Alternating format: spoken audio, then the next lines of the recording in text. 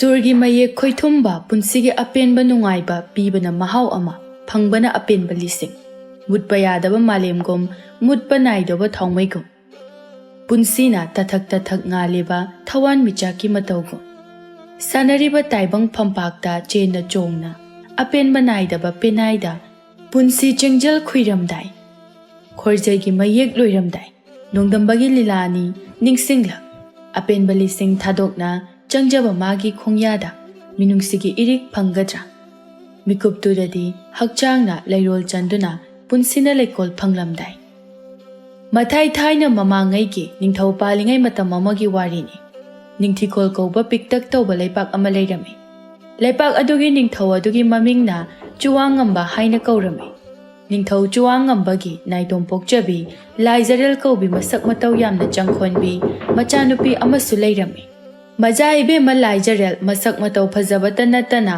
yamna thawgolon bebar phajabi ingtappi leisi leithonbi mong hadabi pukchel chawbi minungsi khangbi nupi ama khaksu oirame mabu pamdaba ngaunadaba pakhang amata leiramde adubu mapa ningthau chuwangambabu kibadagi phongdoknabadi amata ngamdaramde Majaibemma Laijarel bu nungsijaba pamjaba mayam adugi marakta nganbasu ama oirame Ningthiko lebaki kachin oirapna leiba khul amada nganba mama lukhrabi nungsi tombiga mama machadang ingna chikna leirame numidangi matamni nungsi tombi chak thongli machanupa nganbasu phunga nakanduda phan amada famlaga mai tikle nganba mai tikna mamada hanglaklame ima ngasai ko nungdagi sagol tongba pauchenba kharala amido kari hairamino nungsi tombi su chapuda chengsu na sumna khumnai Aikhoigi laining thau chuwangambagi naidom yawjabi Majaibemma malaibado khangidana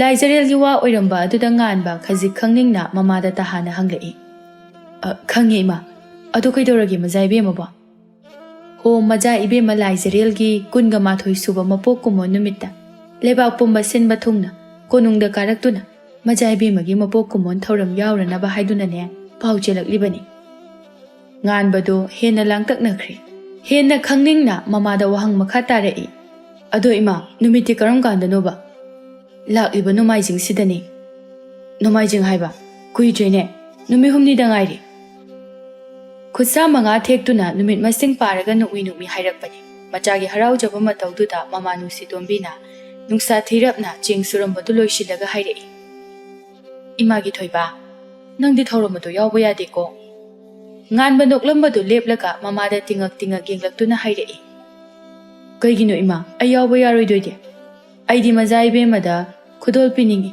ayawge ima nungsi tombi so nungsa thiba handana hairai machada nangna piningba khudol leirabasu imana puraga Majaibemma da dum piramge ado ichadi ko nungchatpa yadeko lairabina mana wana yokpa popang sudi mayamda khanghanba yadi Ichagi samu pangal kandri icha pakhang sare phadriba phau icha khulgi panthong lanba yadeko chahi 13 mapung pharakpada ngairi khangbana machabu soingam khigadra khanduna pakhatchabani adubu machanupa adudi mamagi wadu yaningde mamada ningai tawduna hairai ima kaishu tawrui ai Majaibemma da khudol amatang piramaga amuk sathalakeba aina na handagi Majaibemma da piningba khudol ama leiba ado simatang pigiba ko ima wadaba ngamdabana machagi ningai bu themnana ba hotnai nungsi tombi thoiba nang ningai tawgano imana kayarak sana ko nung ase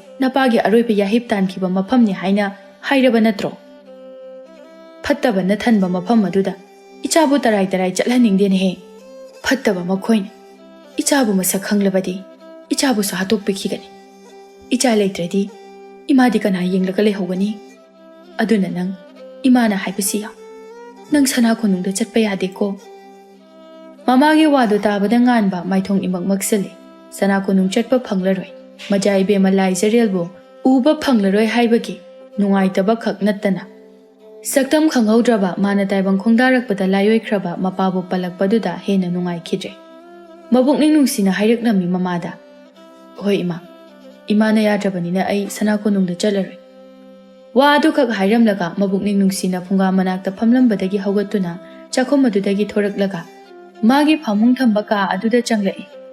Maithong imak maksenna phamungda kakhatuna longna hipthai. Kangkhal mathakta yengkhatuna khalli wakhal. Kuina ngaidagi sana konungda chatuna. Majaibemma Laijarel bu amuktang oirabasu unajagena khanjarakpa. Aigi asa asi kaiba tarabra. Apokpi palim imagi athangna kankhibana Chanabemma bu uning uba phanglaroidra. Ai kaidawni. Ai hauji kaidawni. Sana konungda chatnanaba ai kari upai thigani. Wakhal adu khanna asa amadi lakle. Haujiktada nokfe tawrakle nganbadu. Nokmi kankhal aduda yengkhatuna Majaibemma Laijarel bu ahanba oina ukiba numit adu mamitta sangsang urai. Tha amagi mamang ingagi 13 panba yumsakai sanumit. Ahanba oina ningthau chuwangambagi naitom yauzabi Majaibemma Laijarel na nganbana lairiba khul aduda koithorakpa numitni. Nganbagi mama nungsitombi adu makoigi khul adugi khwaidagi chauna lairiba ithaingambi hairiba pat aduda nga phaba chatkibani. Nganbasu mamana nga phaba chatkiba adu kuirakle haiduna mama bu koba lakpani. Ithaingambi patta magaluna tinaba mamanaba tayingbaga loinana lakpani. Anido wari sana na lai. Ado nganba hayingdi nongpok chingdomda chatlaga mangra angangba thalusiko. Tayingbagi wa aduda nganbasu suklap tawraga hairei. Kaino mangra angang bitanba yaraba haise. Yare hai. Mi mayam chatnai. Ahoi che ngarang khara taluina pure. Aduda aina khangbani. Adudi hayang ayonga ta haita chatlase. Hoi. Anido wari sana na ithaingam bipat yauri. Mama nungsitombi nga phariba manak aduda changsilaga nganbana hairui. Ima thengi numita dori. Nga phari silo yum chalase. Numi changkhidawreba. Nungsitombi so marai bagwaida kariba humang mari khara adu makhut khunamduna phat taithoklaga machada yengduna hairei. Hoi ima sukara dawni nang hana chalamu. Ngasidi ngase khara yamna lakhre. Hek to aga lakpado pamudana tawbani. Kuiraroida lusiladawni. Aisho ima losamado ngaikige aduga punna chapminarase. Numi tarakpasida ima mathanda nungairoiba. Imagidi yanida nama chabi leirin hoiga punna lakminadawni. Icha hana chalamu. Yengwe adugane maningda sing khara phawrambado amta lawsilamu. Numit changkhrabadi likla loina takiba tari. Maduna ngasi numidangi maicham oigadabani. Horen imana ngasi yonba kaithel achawbada karuni. Adudane icha tayingana khoi anigi chini haingan leirake. Chalo nanga marupka punna chapminaramo yumda. Nganba nokmi tawduna. Hoima horen ima halakpada wadanaba chaksu thongkalamagi. Ado ima nga singdo loina yon thonggonuko khara khaglo. Horen tayingsu akoida chak chanaba. Hoi khalake. Nganbaso mamada wa khara hairamlaga tayingbaga punna amu yumlomda halakle. Horendi yensang hawgadabani. Aduna chak yamna chase haiduna nokna wari tawraga lai. Aidi likhai ama chaba ngamniko. Tayingbagi waduda nganbaso noklaga mana hena henjina hairei. Aidi likhai dana diye sangbaya ama chaba ngamgani. Mahabharat ki bhimna mi chamana chagadaba chak amukta pulap chabado adumaina. Tayingbaso machinado pomtak tawraga. Is paribana sakhopa aduga sangbaya ama chadoiba. Paktre wani nganbaibo nangi wadudine yam paktre. Is adudi nangsu likhai ama chabado kai sungamoina. Adudi wagiwa. Nganbaso ising litta khumlai. Ho aigi sisune Mahabharat ki wa. Chindi asengbada ne Bhimsendo yam thigrajani. Durbasa muni dabaw chintiba ngamibado. Adumaina de hairakanuda. Nangna hana chintiba horai natro. Kai thiriba. Nangna likhai ama chaba ngamnina hai. Loishinba nangda wadu chap lepkhre. Nganbado mamit kupta maikai amaromda chumjung yenglaga laikhre. Mikupta hongkriba matawgi matawaduda tayingbasu karino khanna nganbada ngaglap yenglamlaga. Amuk nganbana yengliba maikai adomda taha yenglai. Masu hek mit yengdu choithoke ngamde. Mitmangda uriba sakta madudagi. Numina nong chupchingya pangna laitharakpa kori maju changlakpa. Paklaba ithaingambi patki ithak hoba isingi ipomda tapna humlakpa sahumnaiba malangba. Tapna amuk yenglakpada patugi manak waida. Thogol macha kayana ngak senduna yed oi. Nakan animag chanajabi mata aniga loinana una saba phamphamaduda ingna phamduna ithaingambi imagi taruba saktam.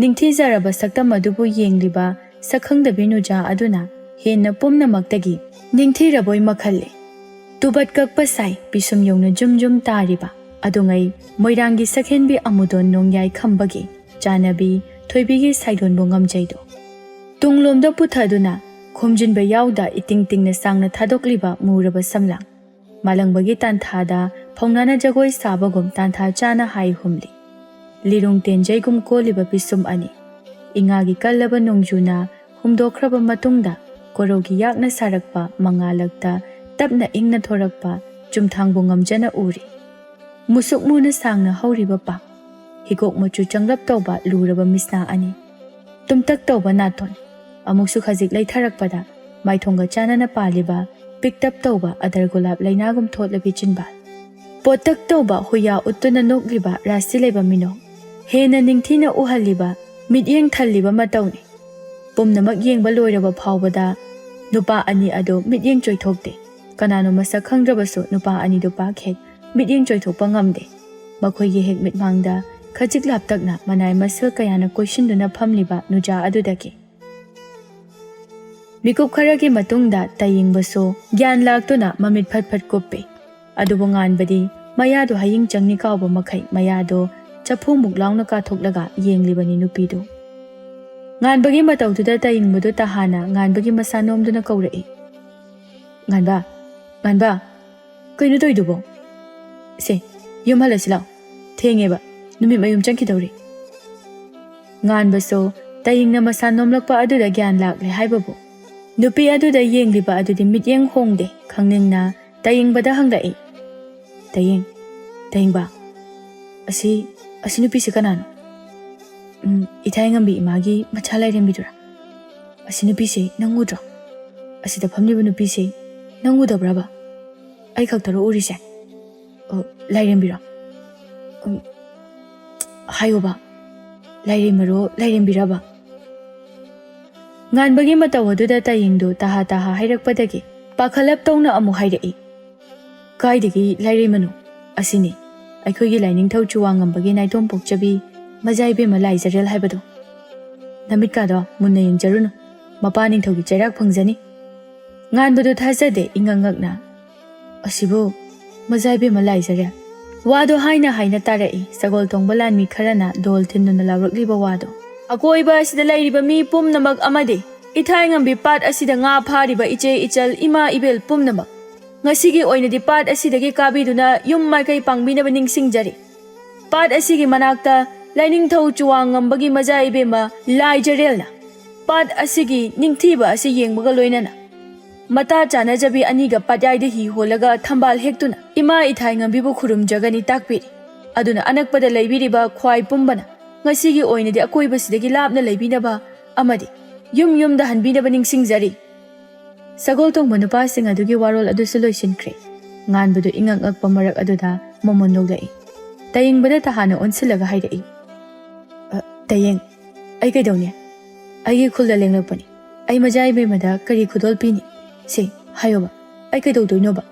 ꯑꯍꯥꯟꯕ ꯑꯣꯏꯕꯅꯤꯅ ꯌꯥꯝꯅꯁꯨ ꯄꯥꯈꯠꯂꯤ ꯌꯥꯝꯅꯁꯨ ꯍꯔꯥꯎꯏ꯫ ꯉꯥꯟꯕ ꯇꯥꯌꯦꯡ ꯅꯪ ꯁꯤꯗ ꯉꯥꯛꯇ ꯂꯦꯞꯄꯝꯃꯨꯀꯣ ꯑꯩ ꯌꯨꯝꯗ ꯐꯠ ꯆꯠꯂꯨꯒꯦ ꯀꯨꯏꯔꯣꯏ ꯇꯟꯅ ꯑꯃꯨꯛ ꯍꯜꯂꯛꯀꯦ꯫ ꯑꯩꯈꯣꯏ ꯑꯅꯤꯅ ꯊꯥꯕ ꯈꯥꯒꯦ ꯂꯩꯍꯥꯎ ꯑꯗꯣ ꯁꯥꯠꯍꯧꯔꯕꯅꯤ ꯃꯖꯥꯏꯕꯦꯝꯃꯗ ꯄꯤꯅꯅꯕ ꯈꯔ ꯍꯦꯛꯎꯒꯦ꯫ ꯅꯪ ꯂꯦꯡꯗꯕꯤ ꯂꯩꯔꯝꯃꯨꯀꯣ ꯑꯩ ꯊꯨꯅ ꯍꯜꯂꯛꯀꯦ꯫ ꯍꯦ ꯕꯣꯟꯗꯨ ꯂꯩꯁꯥꯕꯤꯗꯕꯨ ꯀꯅꯥꯅ ꯆꯤꯟꯅꯗꯕꯤ ꯂꯩꯗꯨꯕꯨ ꯄꯤꯅꯒꯦ? ꯂꯥꯏꯅꯤꯡꯊꯧ ꯆꯨꯋꯥꯉꯝꯕꯅ ꯅꯀꯣꯛ ꯑꯗꯣ ꯀꯛꯄꯤꯔꯛꯀꯅꯤ꯫ ꯉꯥꯏꯈꯣ ꯍꯥꯏꯕꯅꯤꯅꯦ ꯅꯪꯕꯣ꯫ ꯇꯥꯌꯦꯡꯕꯅ ꯂꯥꯎꯔꯤꯕꯗꯣ ꯉꯥꯟꯕ ꯇꯥꯔꯝꯗ꯭ꯔꯦ ꯃꯌꯨꯝꯂꯣꯝꯗ ꯇꯍꯥ ꯇꯍꯥ ꯆꯦꯟꯈ꯭ꯔꯦ꯫ ꯑꯗꯨꯕꯨ ꯂꯥꯏꯕꯛ ꯊꯤꯕꯗꯤ ꯅꯨꯃꯤꯠ ꯑꯗꯨꯗ ꯃꯖꯥꯏꯕꯦꯝꯃ ꯂꯥꯏꯖꯔꯦꯜꯒ ꯑꯃꯨꯛ ꯍꯟꯅ ꯊꯦꯡꯅꯕꯗꯤ ꯐꯪꯈꯤꯗ꯭ꯔꯦ ꯉꯥꯟꯕꯅ꯫ ꯍꯧꯖꯤꯛꯀꯤ ꯃꯇꯝꯅꯤ꯫ ꯅꯨꯃꯤꯠꯇꯨꯗ ꯐꯥꯎꯈꯤꯕ ꯅꯨꯡꯉꯥꯏꯇꯕ ꯁꯥꯎꯅꯤꯡꯕ ꯑꯗꯨ ꯉꯁꯤꯁꯨ ꯑꯗꯨꯃꯛ ꯂꯩꯔꯤ꯫ ꯅꯤꯡꯁꯤꯡꯂꯨꯕꯗ ꯍꯦꯟꯅ ꯊꯧꯅꯥ ꯍꯥꯞꯂꯛꯄꯒꯨꯝ ꯇꯧꯔꯛꯏ꯫ ꯃꯥꯅ ꯄꯥꯡꯊꯣꯛꯀꯦ ꯈꯜꯂꯤꯕ ꯊꯕꯛꯇꯣ ꯄꯥꯡꯊꯣꯛꯅꯕ ꯍꯣꯠꯅꯕꯗ ꯅꯣꯛꯃꯤ ꯅꯣꯛꯃꯤ ꯂꯩꯔꯤꯉꯩ ꯃꯃꯥꯅ ꯆꯥꯛ ꯆꯥꯔꯁꯤ ꯍꯥꯏꯗꯨꯅ ꯀꯧꯔꯛꯄꯗꯨ ꯇꯥꯔꯛꯏ꯫ ꯊꯣꯏꯕ ꯆꯥꯛ ꯊꯤꯔꯦ ꯆꯥꯛ ꯆꯥꯔꯁꯤ ꯂꯥꯛꯑꯣꯅꯦ ꯅꯪꯕꯣ꯫ ꯉꯥꯟꯕꯁꯨ ꯃꯃꯥ ꯇꯥꯅꯅꯕ ꯈꯨꯝꯈꯤ꯫ ꯍꯣꯏ ꯏꯃꯥ ꯂꯥꯛꯑꯒꯦ꯫ ꯅꯤꯡꯊꯤꯀꯣꯜ ꯂꯩꯄꯥꯛ ꯑꯗꯨꯒꯤ ꯁꯅꯥ ꯀꯣꯅꯨꯡꯅꯤ꯫ ꯂꯥꯏꯅꯤꯡꯊꯧ ꯆꯨꯋꯥꯉꯝꯕꯒꯤ ꯁꯪꯒꯥꯏꯗꯅꯤ꯫ ꯃꯖꯥꯏꯕꯦꯝꯃ ꯂꯥꯏꯖꯔꯦꯜ ꯑꯗꯨ ꯃꯄꯥ ꯅꯤꯡꯊꯧ ꯑꯃꯗꯤ ꯃꯃꯥ ꯃꯍꯥꯔꯥꯅꯤ ꯑꯅꯤꯒꯤ ꯂꯩꯐꯝꯗ ꯂꯥꯛꯏ꯫ ꯂꯩꯔꯝꯕ ꯊꯣꯉꯥꯛꯄ ꯑꯃꯗ Mapaga mamagagi mafamdagi changnanaba ayaba lauhalloi. Mikup kharagi matungda thongakpadu thoraktuna Majaibemada nolukna hairai. Majaibemma, Lainingthau amadi Ima Maharani anina Majaibemma bu changla utakpirai. Lengsinbiro Majaibemma. Makha thaba mini, magi makhada laiba mini khangnabasu bebar ama thambi Majaibemma madi thonglakpa nupa aduda nokfit yengduna thagat wahai ama hairami. Thagatchari thogal maja. Thongakpa aduna nolukna mangonda makok nolhobadu haifet englamlaga nokmi mamaga mapagagi manakta changlakle. Mapa ningthau amadi mama Ibemma Laisnagi mamangda leplaga makok hairap non thaduna thogalon uttuna hairai.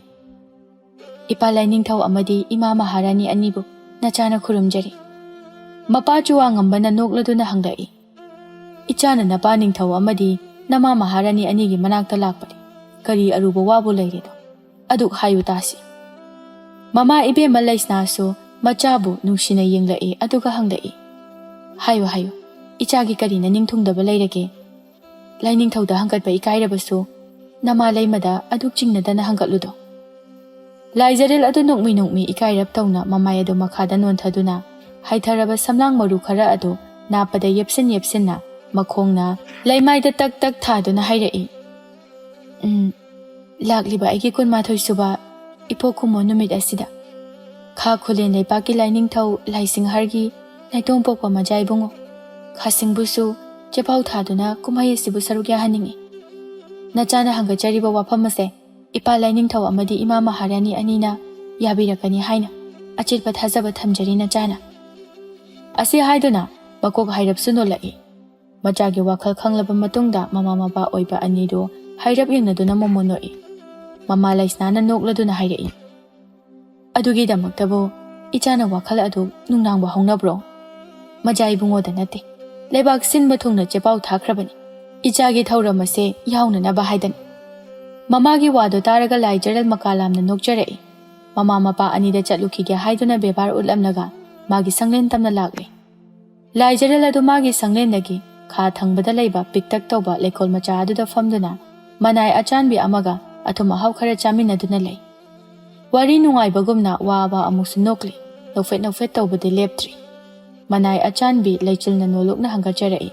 Majaibungogi sana khongnang bungamjaba saban Leihau leirin bungamjaba kuchu lirung ten bungamjaba pisum ani musunguba sangtaktoba mayamado ubada sana Ibemmagi thamoigi mihul phajin bangamda mapan thoraktuna angaubi olakani haijariba Majaibemmagi matausida Laijarel na nokladuna khummi lamhenbi oiduna mafamda itau kharadang oirasu uchabagi tanja amatang phanglabadi aigi punsi ase mahai yaladaboi ninge Laijal ai Majaibungu yamna uningi ngasimak lakhaningi. Majaibemmana adu uningadi kha chatuna Majaibungo khasingharbu ngasimak ningthiko leipakta khongsalaknaba pau chilhangrasi haibiribaro. Aduna pharadra Laijal aduk uningle haibaduda haijabanida. No imapu manai anido makalamba minok amama tanja aduda ningthau sagai adugi khwaidagi karan taba Lainingthau chuwangambagi leikidraba manaw nupa atombagi macha nupa Yaihendo Laijarelga Laichalgana famliba adomda taha lai. Lakna machinso lonba haurai. Mahusagum karantana. Manai mapu anise yamonda nungairamida. Purakliba pawasiga hangachagadababu adu ikai jakre. Yaihengi khonjel aduda noklamba anido chablepne. Laijarelna koidana hanglai. Ibungsi kari aruba walairage. Nachalgi sangnenda lenglakpasidi karina thogal tawgani. Karan jakho mama phola oina semjara u takpiningbra apambada haibiyo ibungi angamba seba phangjagi na chalna Laijarel na haribadu tadabagum prap changsilaklaga paksanna imonmona horiba lekola dugi napi mathaktuda longna tu thakre mahausa oirabana ngakpa poknade mapumanai anido matawasi mahausani makhoigidi mahausa oibanasu sana konungi achetpa bebardagi khajikna thairakdaga karan ngangnabani phagi tawnabani Yaihendo makhut amana lukhamaduda hairap nalaga famliba anituda nokmi yengdaga hairai sana konung thungdanaba hangat handa numit khudingi jelabanina nabungsi aikhoidi thuna nunggadawri jalkhoina harauta yamna kablaknaba mahausani khangbana anidu so haihaide hairakte Hena dum yausilai makoisu lechilna khomlai. Majaibungo sibada karigi akhodi harauta yamna kapchagadoriba. Harauta yamna nukchagadoribani. Hai, henmalida wahaidudi. Napu puphabi malairena yam setarafanuko. Kapoi haribana chindo. Natil arara taba makai mikupsida kaphan mangamba mini kaugunu he. Babungi wada Laijarel na tapna ogladuna khomlai. Yari bungsi, ngasi hayeng karan lepsi. Ibungsi na purakpa paudo tambiro. Nachal tananaba khaurang na ngaijari. Yai henso leiriba phiba madudagi hongda adumak hairai. Bebardi onthok na thina yaukidraba matawni. Ha, yenglubadana sugu udaba kadomda lei haina di khangba. Nakongna di dum taba. Khonjel di sugyaw yoraktaba ubadi yamna uningba. Lakpadi sulak lakbidaba adagi amu makha taba nangjingaida laichilna fathalai. Majaibemma Majaibungogi karan lepiyona takpikraba natro. Karigi haigadaba wana haida asumko thokpiribano. Majaibemma taningbagi khaurangma matawsibu ubidrabaro. Waduda yai hendu laichilda khangsuk sukthana yenglai. Adubu wa amata hairamdre. Machal nupida fat onsinduna hairai. Kha Khulen lebaki ningthau maharani Majaibungogo loinana phamnaiba pumba sana konung yawraktuna pallai ningthauga Imam Maharani anigi manakta lehore. Kha Khulengi Majaibungo khasingharna ekhoi Majaibemmabu unnanaba sana konungda ngaiduna lehore. Masibu paudam jabalak jabane Majaibemma. Karan yaukidre wahai adudi. Wado tana Laijarel de phamlambadagi harauna phat haugatkre.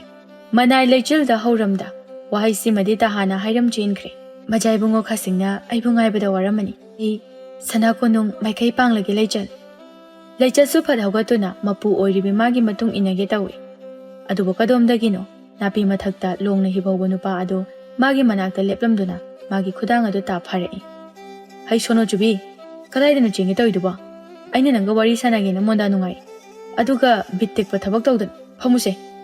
Ase haiduna laichalbu una saba phampham aduda amuk phamthahali. Laichaldo sauninglap yahinda yengduna hairai. Karan matang chade ko Majaibungo. Majaibemma se mathanda thadokpa yaroi. Tumilewe chagat chagat ngangadan. Sana konung sidabu kana mi laktana Majaibemma phagidoino. Mi nupaga unaba chakrido nang kaidoruge haino. Mina nungsi wari sarakpaduda matang chadana yechabi uri oruge hairaba. Mina nungaridaba thabakni madu. Adui mahutane noi pakhang karan tajaba aiga nungsi wari dum sasi. Karam kanda aise napuriba oige hairino. Aidi nang ngaibada thawai thagadawre haibani me chanabi isaulangbbi nangbo. Yai hindi karan khuta aduda laichalna sauningna magi makhutta phariba nupa adubu chingduna kaurai. Ho yambung karan jao. Nangbu karamba karangi ipakta lupurage. Asok sathina karangi mayon thabam puraga laisiba. Ho laichal kaubi nupi amana semjinbibadagine kakngawnadana ne karan kauba nusi haikidraba ipak amada lupluribani. Karan na khauri fulle nusi ising kita pithao. Ho karan taba Majaibungo chawkhataba. Ase haiduna laichal yaihenbu makhut phadaba namaduna lamduna phurai. Yaihensu nokmi laichalgi makhut adu phananaba honai. Ingengi 19 thajani ngasido. Thabalsu onthokna phajakre. Nupa aduna tawgani khaliba wakhaldumasu onthokna chanarani.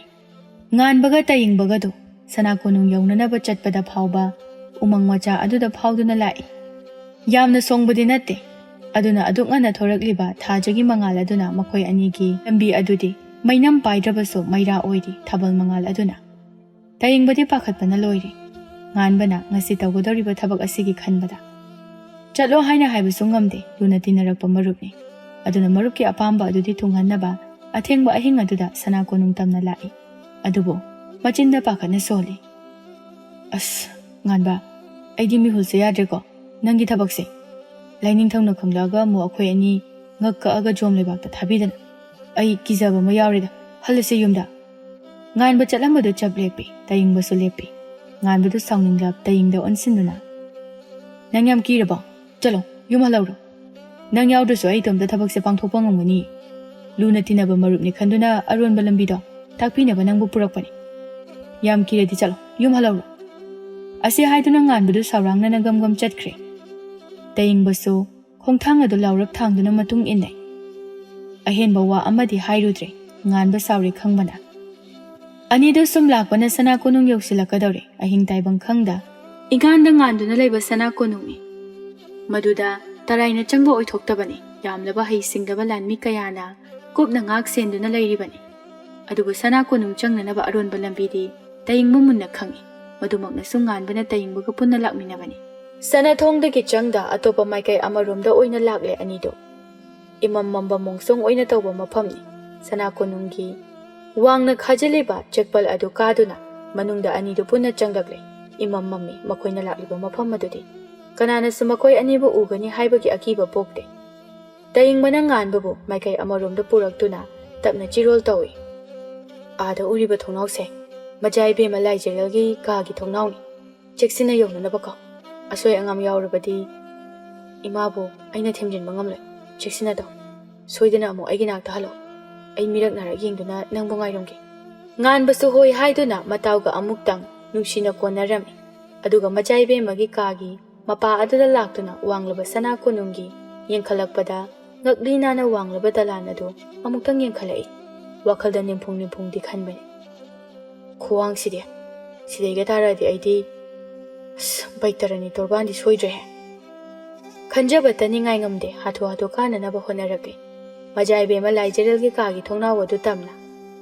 Hayengdi magi mapok numitni ingengi 13 panba ningthokapa numitni. Harauba nungaibana tumningba phawdre.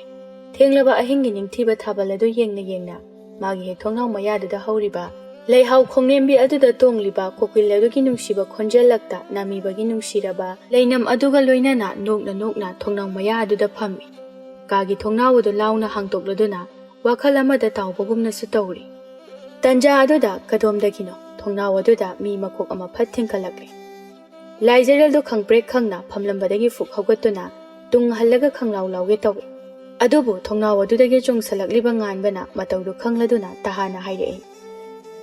Amukta ngai bikho Majaibemma lawbikino ai phataba mina jade Laijarel so chinbala du fat umsile adubo pakhatlubagi mi huladudi hanthabadi ngamda nganbada sauningdab yengduna hairei nang kanano sana ko nungasida adusu Majaibemma aigi ka asimaktada lona changnakliba nang karamba mirolo kanana tharakpano singna hayo natrabadi mayam laktuna nangi thawai adu lawgani nganbado ipa pakhatna hairei tahana amta tapthabiyo Majaibemmagi asawbada amta phathabiko ai mirosu nachade aduga phattaba mioi amasu ai nachade ningthiko lebaki mioi ni ithaingambi pat mayada leiba khul adudagini mingna nganba kawe Laijarel su taptharakle sawba hiba nate aduna nupa macha adugi wa aduda amuk thuna taptharakpani adudi hayo nupa macha nangi mingdi kari kawe nganbado machin pomthoklaga as nupa macha kaina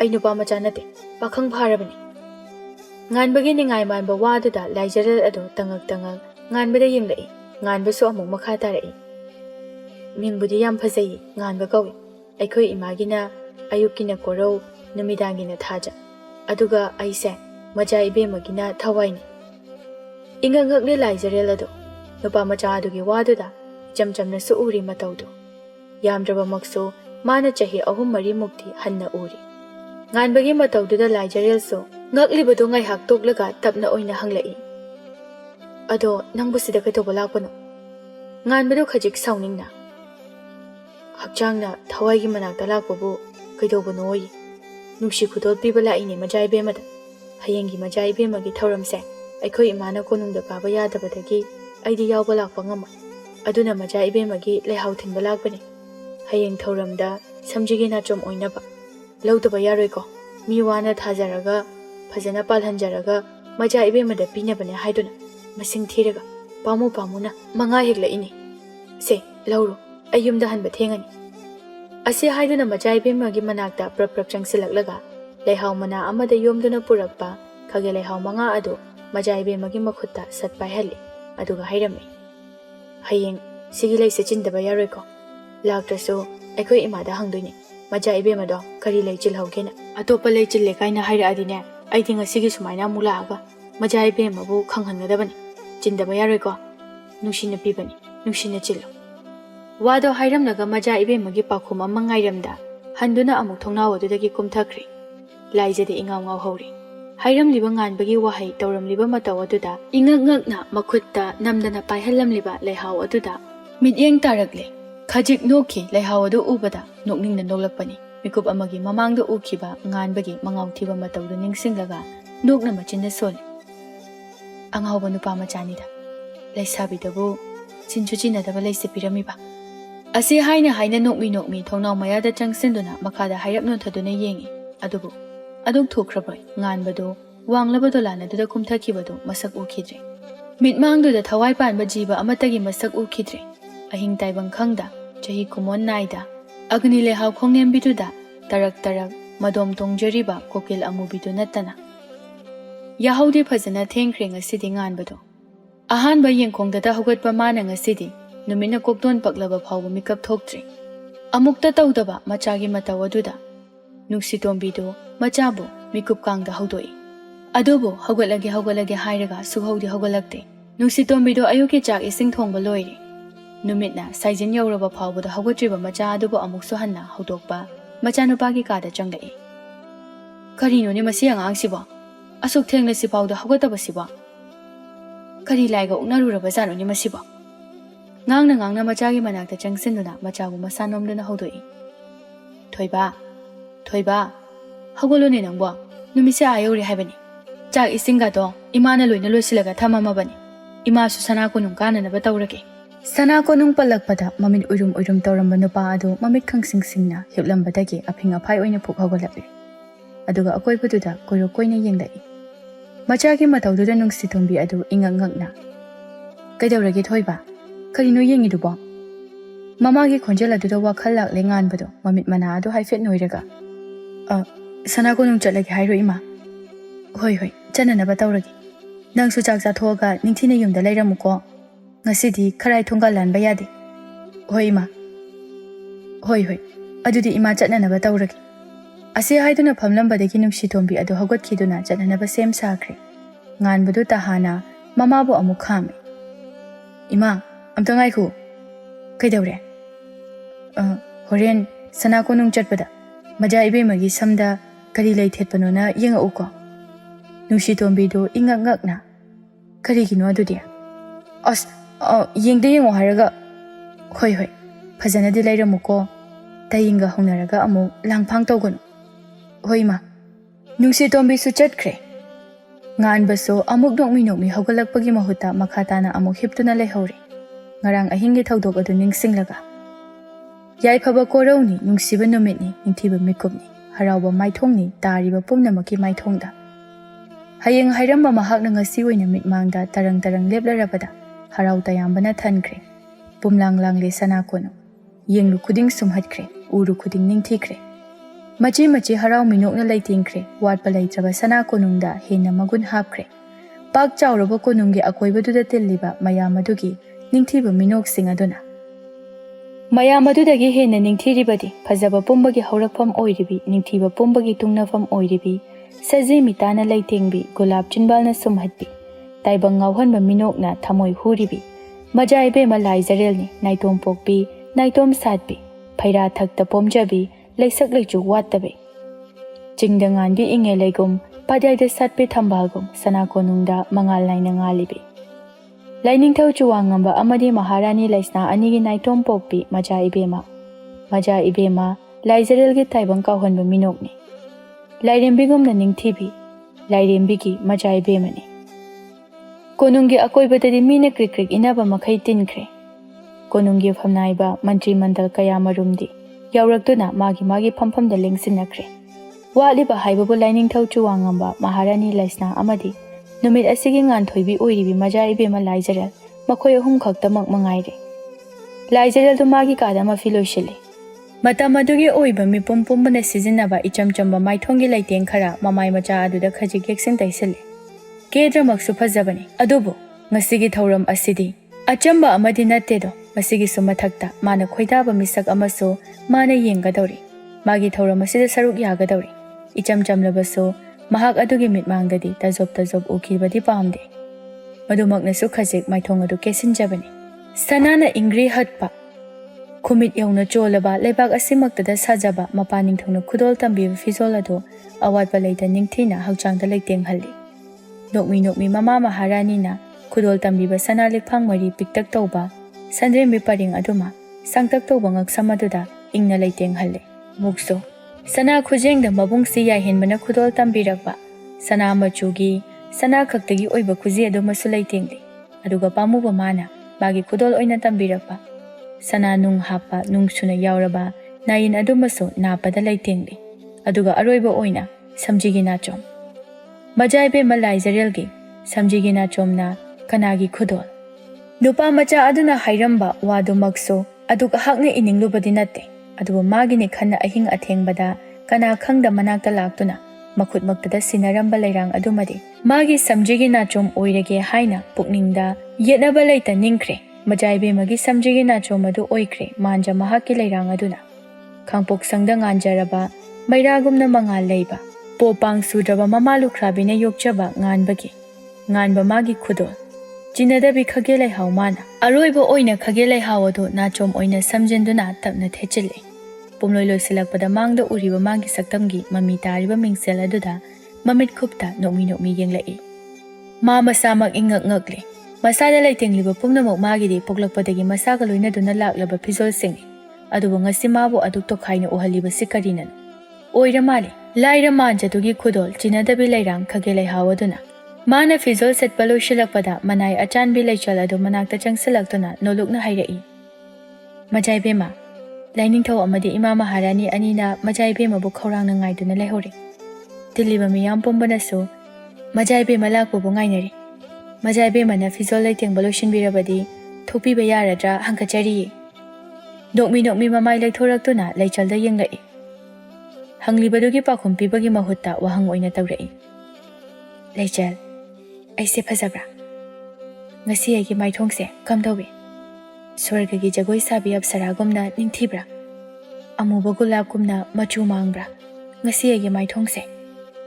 miyamgi harauba mino udringaida nangi wahana taningi aibu munna yengduna achumba pakhumda nangna aingonda piyo leichal su Laijarelda nokfe tawna yenglai asaibagi saithapam oibi mabu saithabadi wahai lisingna oirabasu konaroi saithabada khorjagi mayek loigadaba chebangi lamai watgadaba aduk magun leiba maithongni adubu mikup adugi oinadi machang oiba khara khaktama Majaibemmagi thamoigi apamba adu pelhalai hairai asumna sana oirabasu sana mayam marakta likna thinba mani lupa oirabasu hiragumna magun leiba yengbada midyeng chukta handaba uroki kuchu leihau leiren bu ngamjabi uthakta pombi u thambalgumna magun wangna yamna leibi Leiranglaktagi ahenbi singelaktagi athoibi awangba chingdolgi leirangdagi su hena magul leibi sumhatpa pumbadagi hena sumhatbi Majaibemmagi maithongni saktamni awatpa leita ningthibi swargagi jagoi sabi apsara mahakti wakhalna lamsinduna adu phajarangani haina saithabani tasengna uruba nate adubu Majaibemmadi asengba taibangi ningthiba pumba adugi phajaba pumba adugi sumhatpa pumba adudagi horakphamni tungna phamni saitha phamni Majaibemmadi taibang asigi manga leiraba sana konung asigi apsarani jagoi saba apsara mangondagi suhena ningthijabi sana konungi naitomna nganjabi apsarani penjare harau minok tamjare bebar lebi mahak adu manai oiribi mangondasu bebar wahai hairai thagachari leichal aibu adu yongna saithabi bagi Majaibemmagi wahaiduna aigi so apenmani phari ado aroiba oina aigi awada pamte yengo leichal so Majaibemma de yenglaklaga khumlai ahenba kaiso watre Majaibemma ado samjigi nachom loisilamdre wahaido pathatpagumna nokmi wahai kharase hairami thongjellomda thokna kana amagi khudolni ihan han aigi ipok numitkidama khudol pibirakhiba Thamoina khoidare khana chinbani amuksu thagachari aigi awatpa yengbibagi wahaiduna tensilamle leichalna ingak yengna nupi adu thongjel yaukhre leichal so gyan laktuna taha inai mapa ningthau amadi mama Maharani anigi mamangda ikairap tawna nokmi lepi Mapaga mamagana mabu phajai haina adu hakna harauna mabu thagalagliba nokmi thagat wahai adugi oiba pakhompi. Lao thongna naba tawresi. Miyambu kuina ngai henba hongnade. Hoi. Thongna naba sem sarakle tanja aduda mama laisnana taha hairai. Sana. Ichagi samjigi na jomsibu kanagi khodolno. Ichana pamna chelibra. Lairang asidi samsida thetpada paksaridra ni nangbo. Nokmi khummi mamagi jingnaba kokhalle. Ipa laining thogi praja amagi khudol ni ima. Cheksina numit asida samjigi na jom oyo haina iphamda khudol tamlambani. Achamba oirabaso lairang asidi latnaba pamdi. Aigi thamoina su khoidakri. Machagi pakhumda mama sunoglai. Mapa ningthau sunoglai. Asuna ahumadu mayam tiliba adomda thorakle. Laining thawna magi wahong matu thetpa singhasana duda lengsinkre. Maharani laisnaso magi thambalna laitengba. Laining thawgi oiba singhasana duda lengsinkre. Aduga Majaibemma Laijarel na mapa laining thawgi yet thangba kurak yekpa singhasana duda ingna mengna laiteng minok noktuna famkre. Pumnamak magi phampham da lengsinkraba matungda konunggi darbargi wangoloi oiba nupa aduna thoraktuna makhutta una saba launabagi posagama pairaga mayam telibadu tananabagi mawongda hauna laurai. Ngasi ningthiko leipak asigi laining thaw chuwang ngamba amadi Maharani laisna anigi naitom yauzabi Majaibemma Laijarelgi kunga mathoi suba mapok numit asida thauram masibu yauna nabagi damak lakpiriba lebak asigi praja miyam pumnamakpu ikai khumnabaga loinana thagatpa phongdokjari.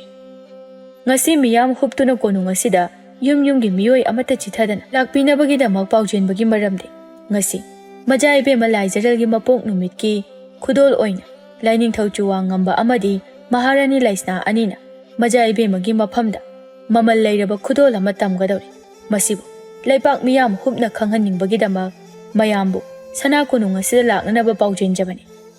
Wado haiduna ngaihak leplaka amuk makha tarai ngangloi nupa aduna hojik laining thau amadi Maharani anigi khudol Majaibemmada sinabagi sem saba loijari. Ngasigi khudol asidi achamba nate Majaibemma nasu khudol ase latnaba laitana lawshingani haina laining thau amadi Maharani anina asa thamjari. Laijarel do kari khudol oirangani haina wakhalda khalle adumna khallingai wangangloi aduna hairakpa wa adu tarai. Ingak ngakpa mami maithongda mami takiba khanghaude ita thajadaba khudol aduda Majaibemma Laijarel bu sana lisingna khujing oi lupa lisingna khudol oi phaira thaki thambalgum kharai thakta lai hapagum khudol lising tam awat pachama leihanda apamba lising thalhan kha khulen leipaki ningthau laising hargi naitom pokpa Majaibungo khasing harda ningthiko leipaki praja pumbana saki oi thajari. Majaibungo khasing harbu Majaibemma Laijarelgi mapok numiki khwaidagi mamal leiraba khudol oina laining thau amadi Maharani anina Majaibemmada khudol tamjari. Wado haiba hegloi sinkibaga tilliba mayamado harauna khubak prok khunarai. Hui khongnarakpasu yawi. Nokmi tawdaba kanamta yaudre. Adubo sasinaba minokna laitengba kana kharasu yaudaba nate. Adubo miyamado pungtok toklaga hojik ingangaglibasi Majaibemma Laijarel ni. Mamit kupni kauri maya kari ningsingdre. Magi manak tamna tabli changsilai. Magi mitmangda leplariba khasing harbu yengbada. Nupa adusu Laijarelgi mamangda nokmi leplaga makhut adu tapna tingthorai. Nupi adugi makhutto magi makhut aduda pirau haibagum. Piragliba ingit adu khangdabagumna tangak adu magyengduna lei Majaibemmadi. Matawduda Majaibungo khasing harna nokmi khajik khoiba khonjel aduga hairai.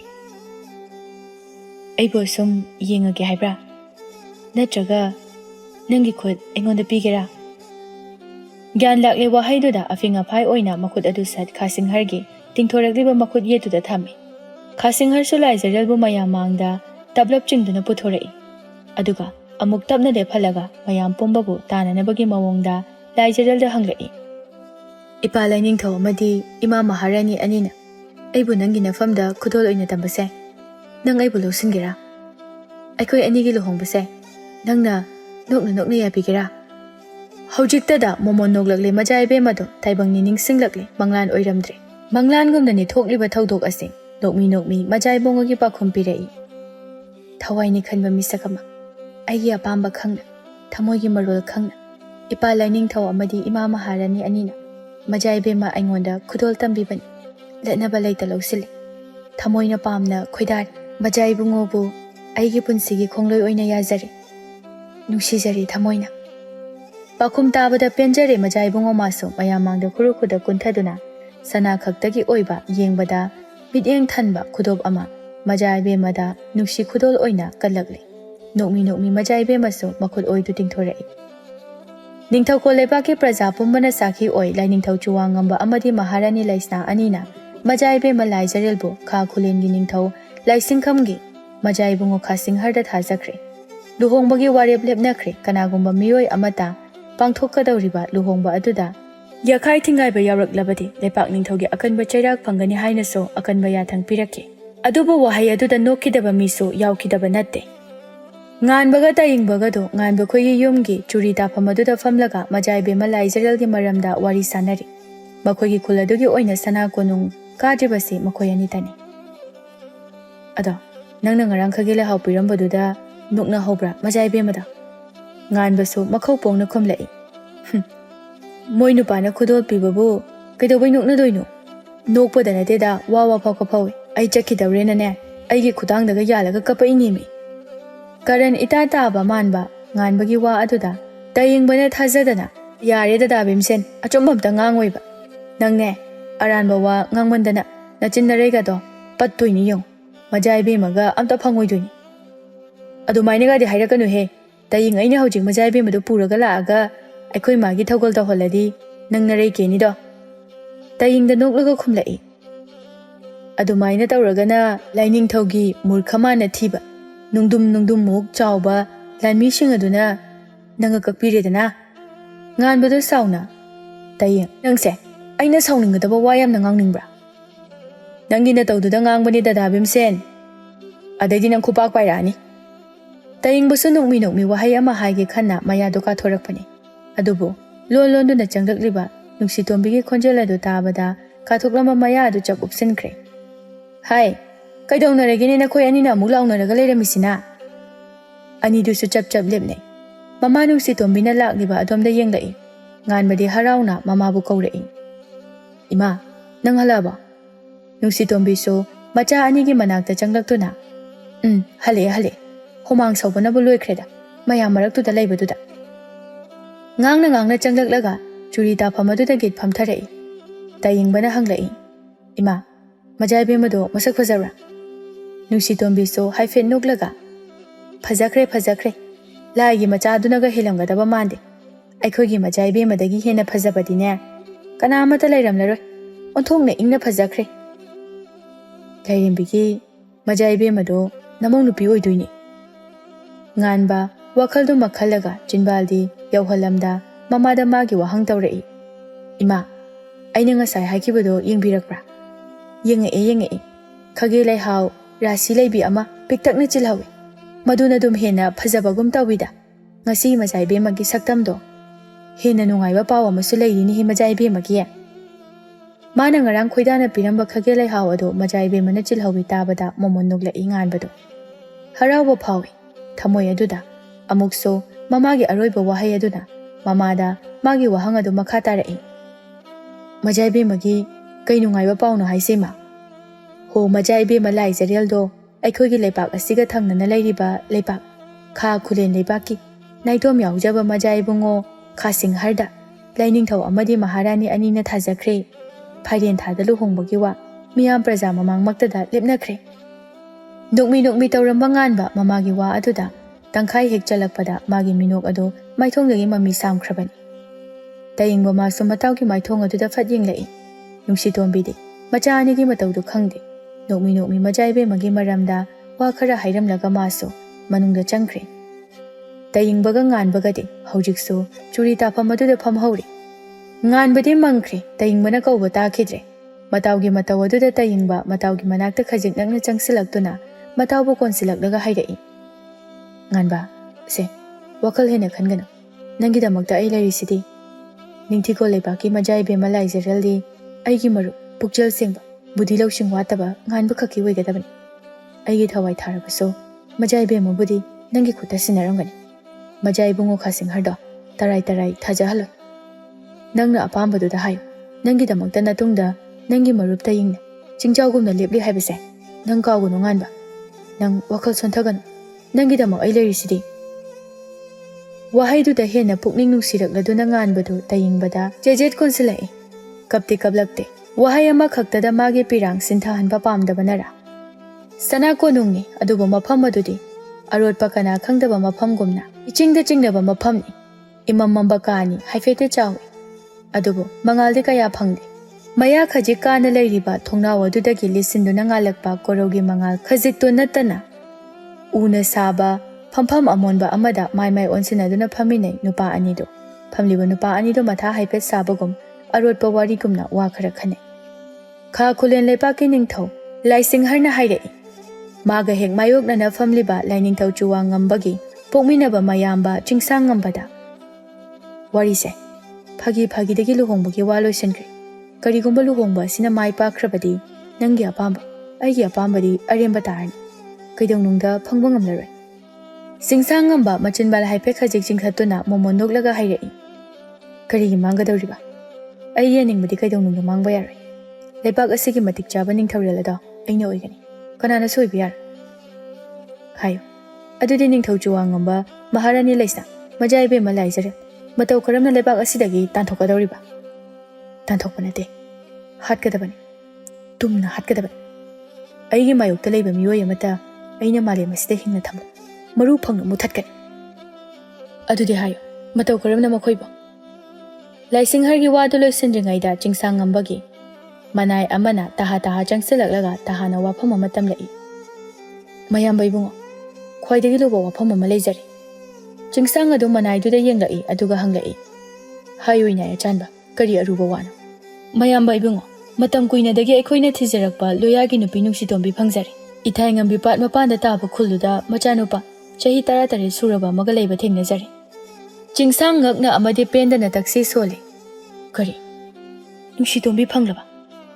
ꯑꯗꯨꯁꯨ ꯃꯆꯥꯅꯨꯄꯥ ꯑꯃꯒ? ꯑꯆꯠꯆꯥ, ꯑꯗꯨꯛ ꯂꯥꯛꯆꯅ.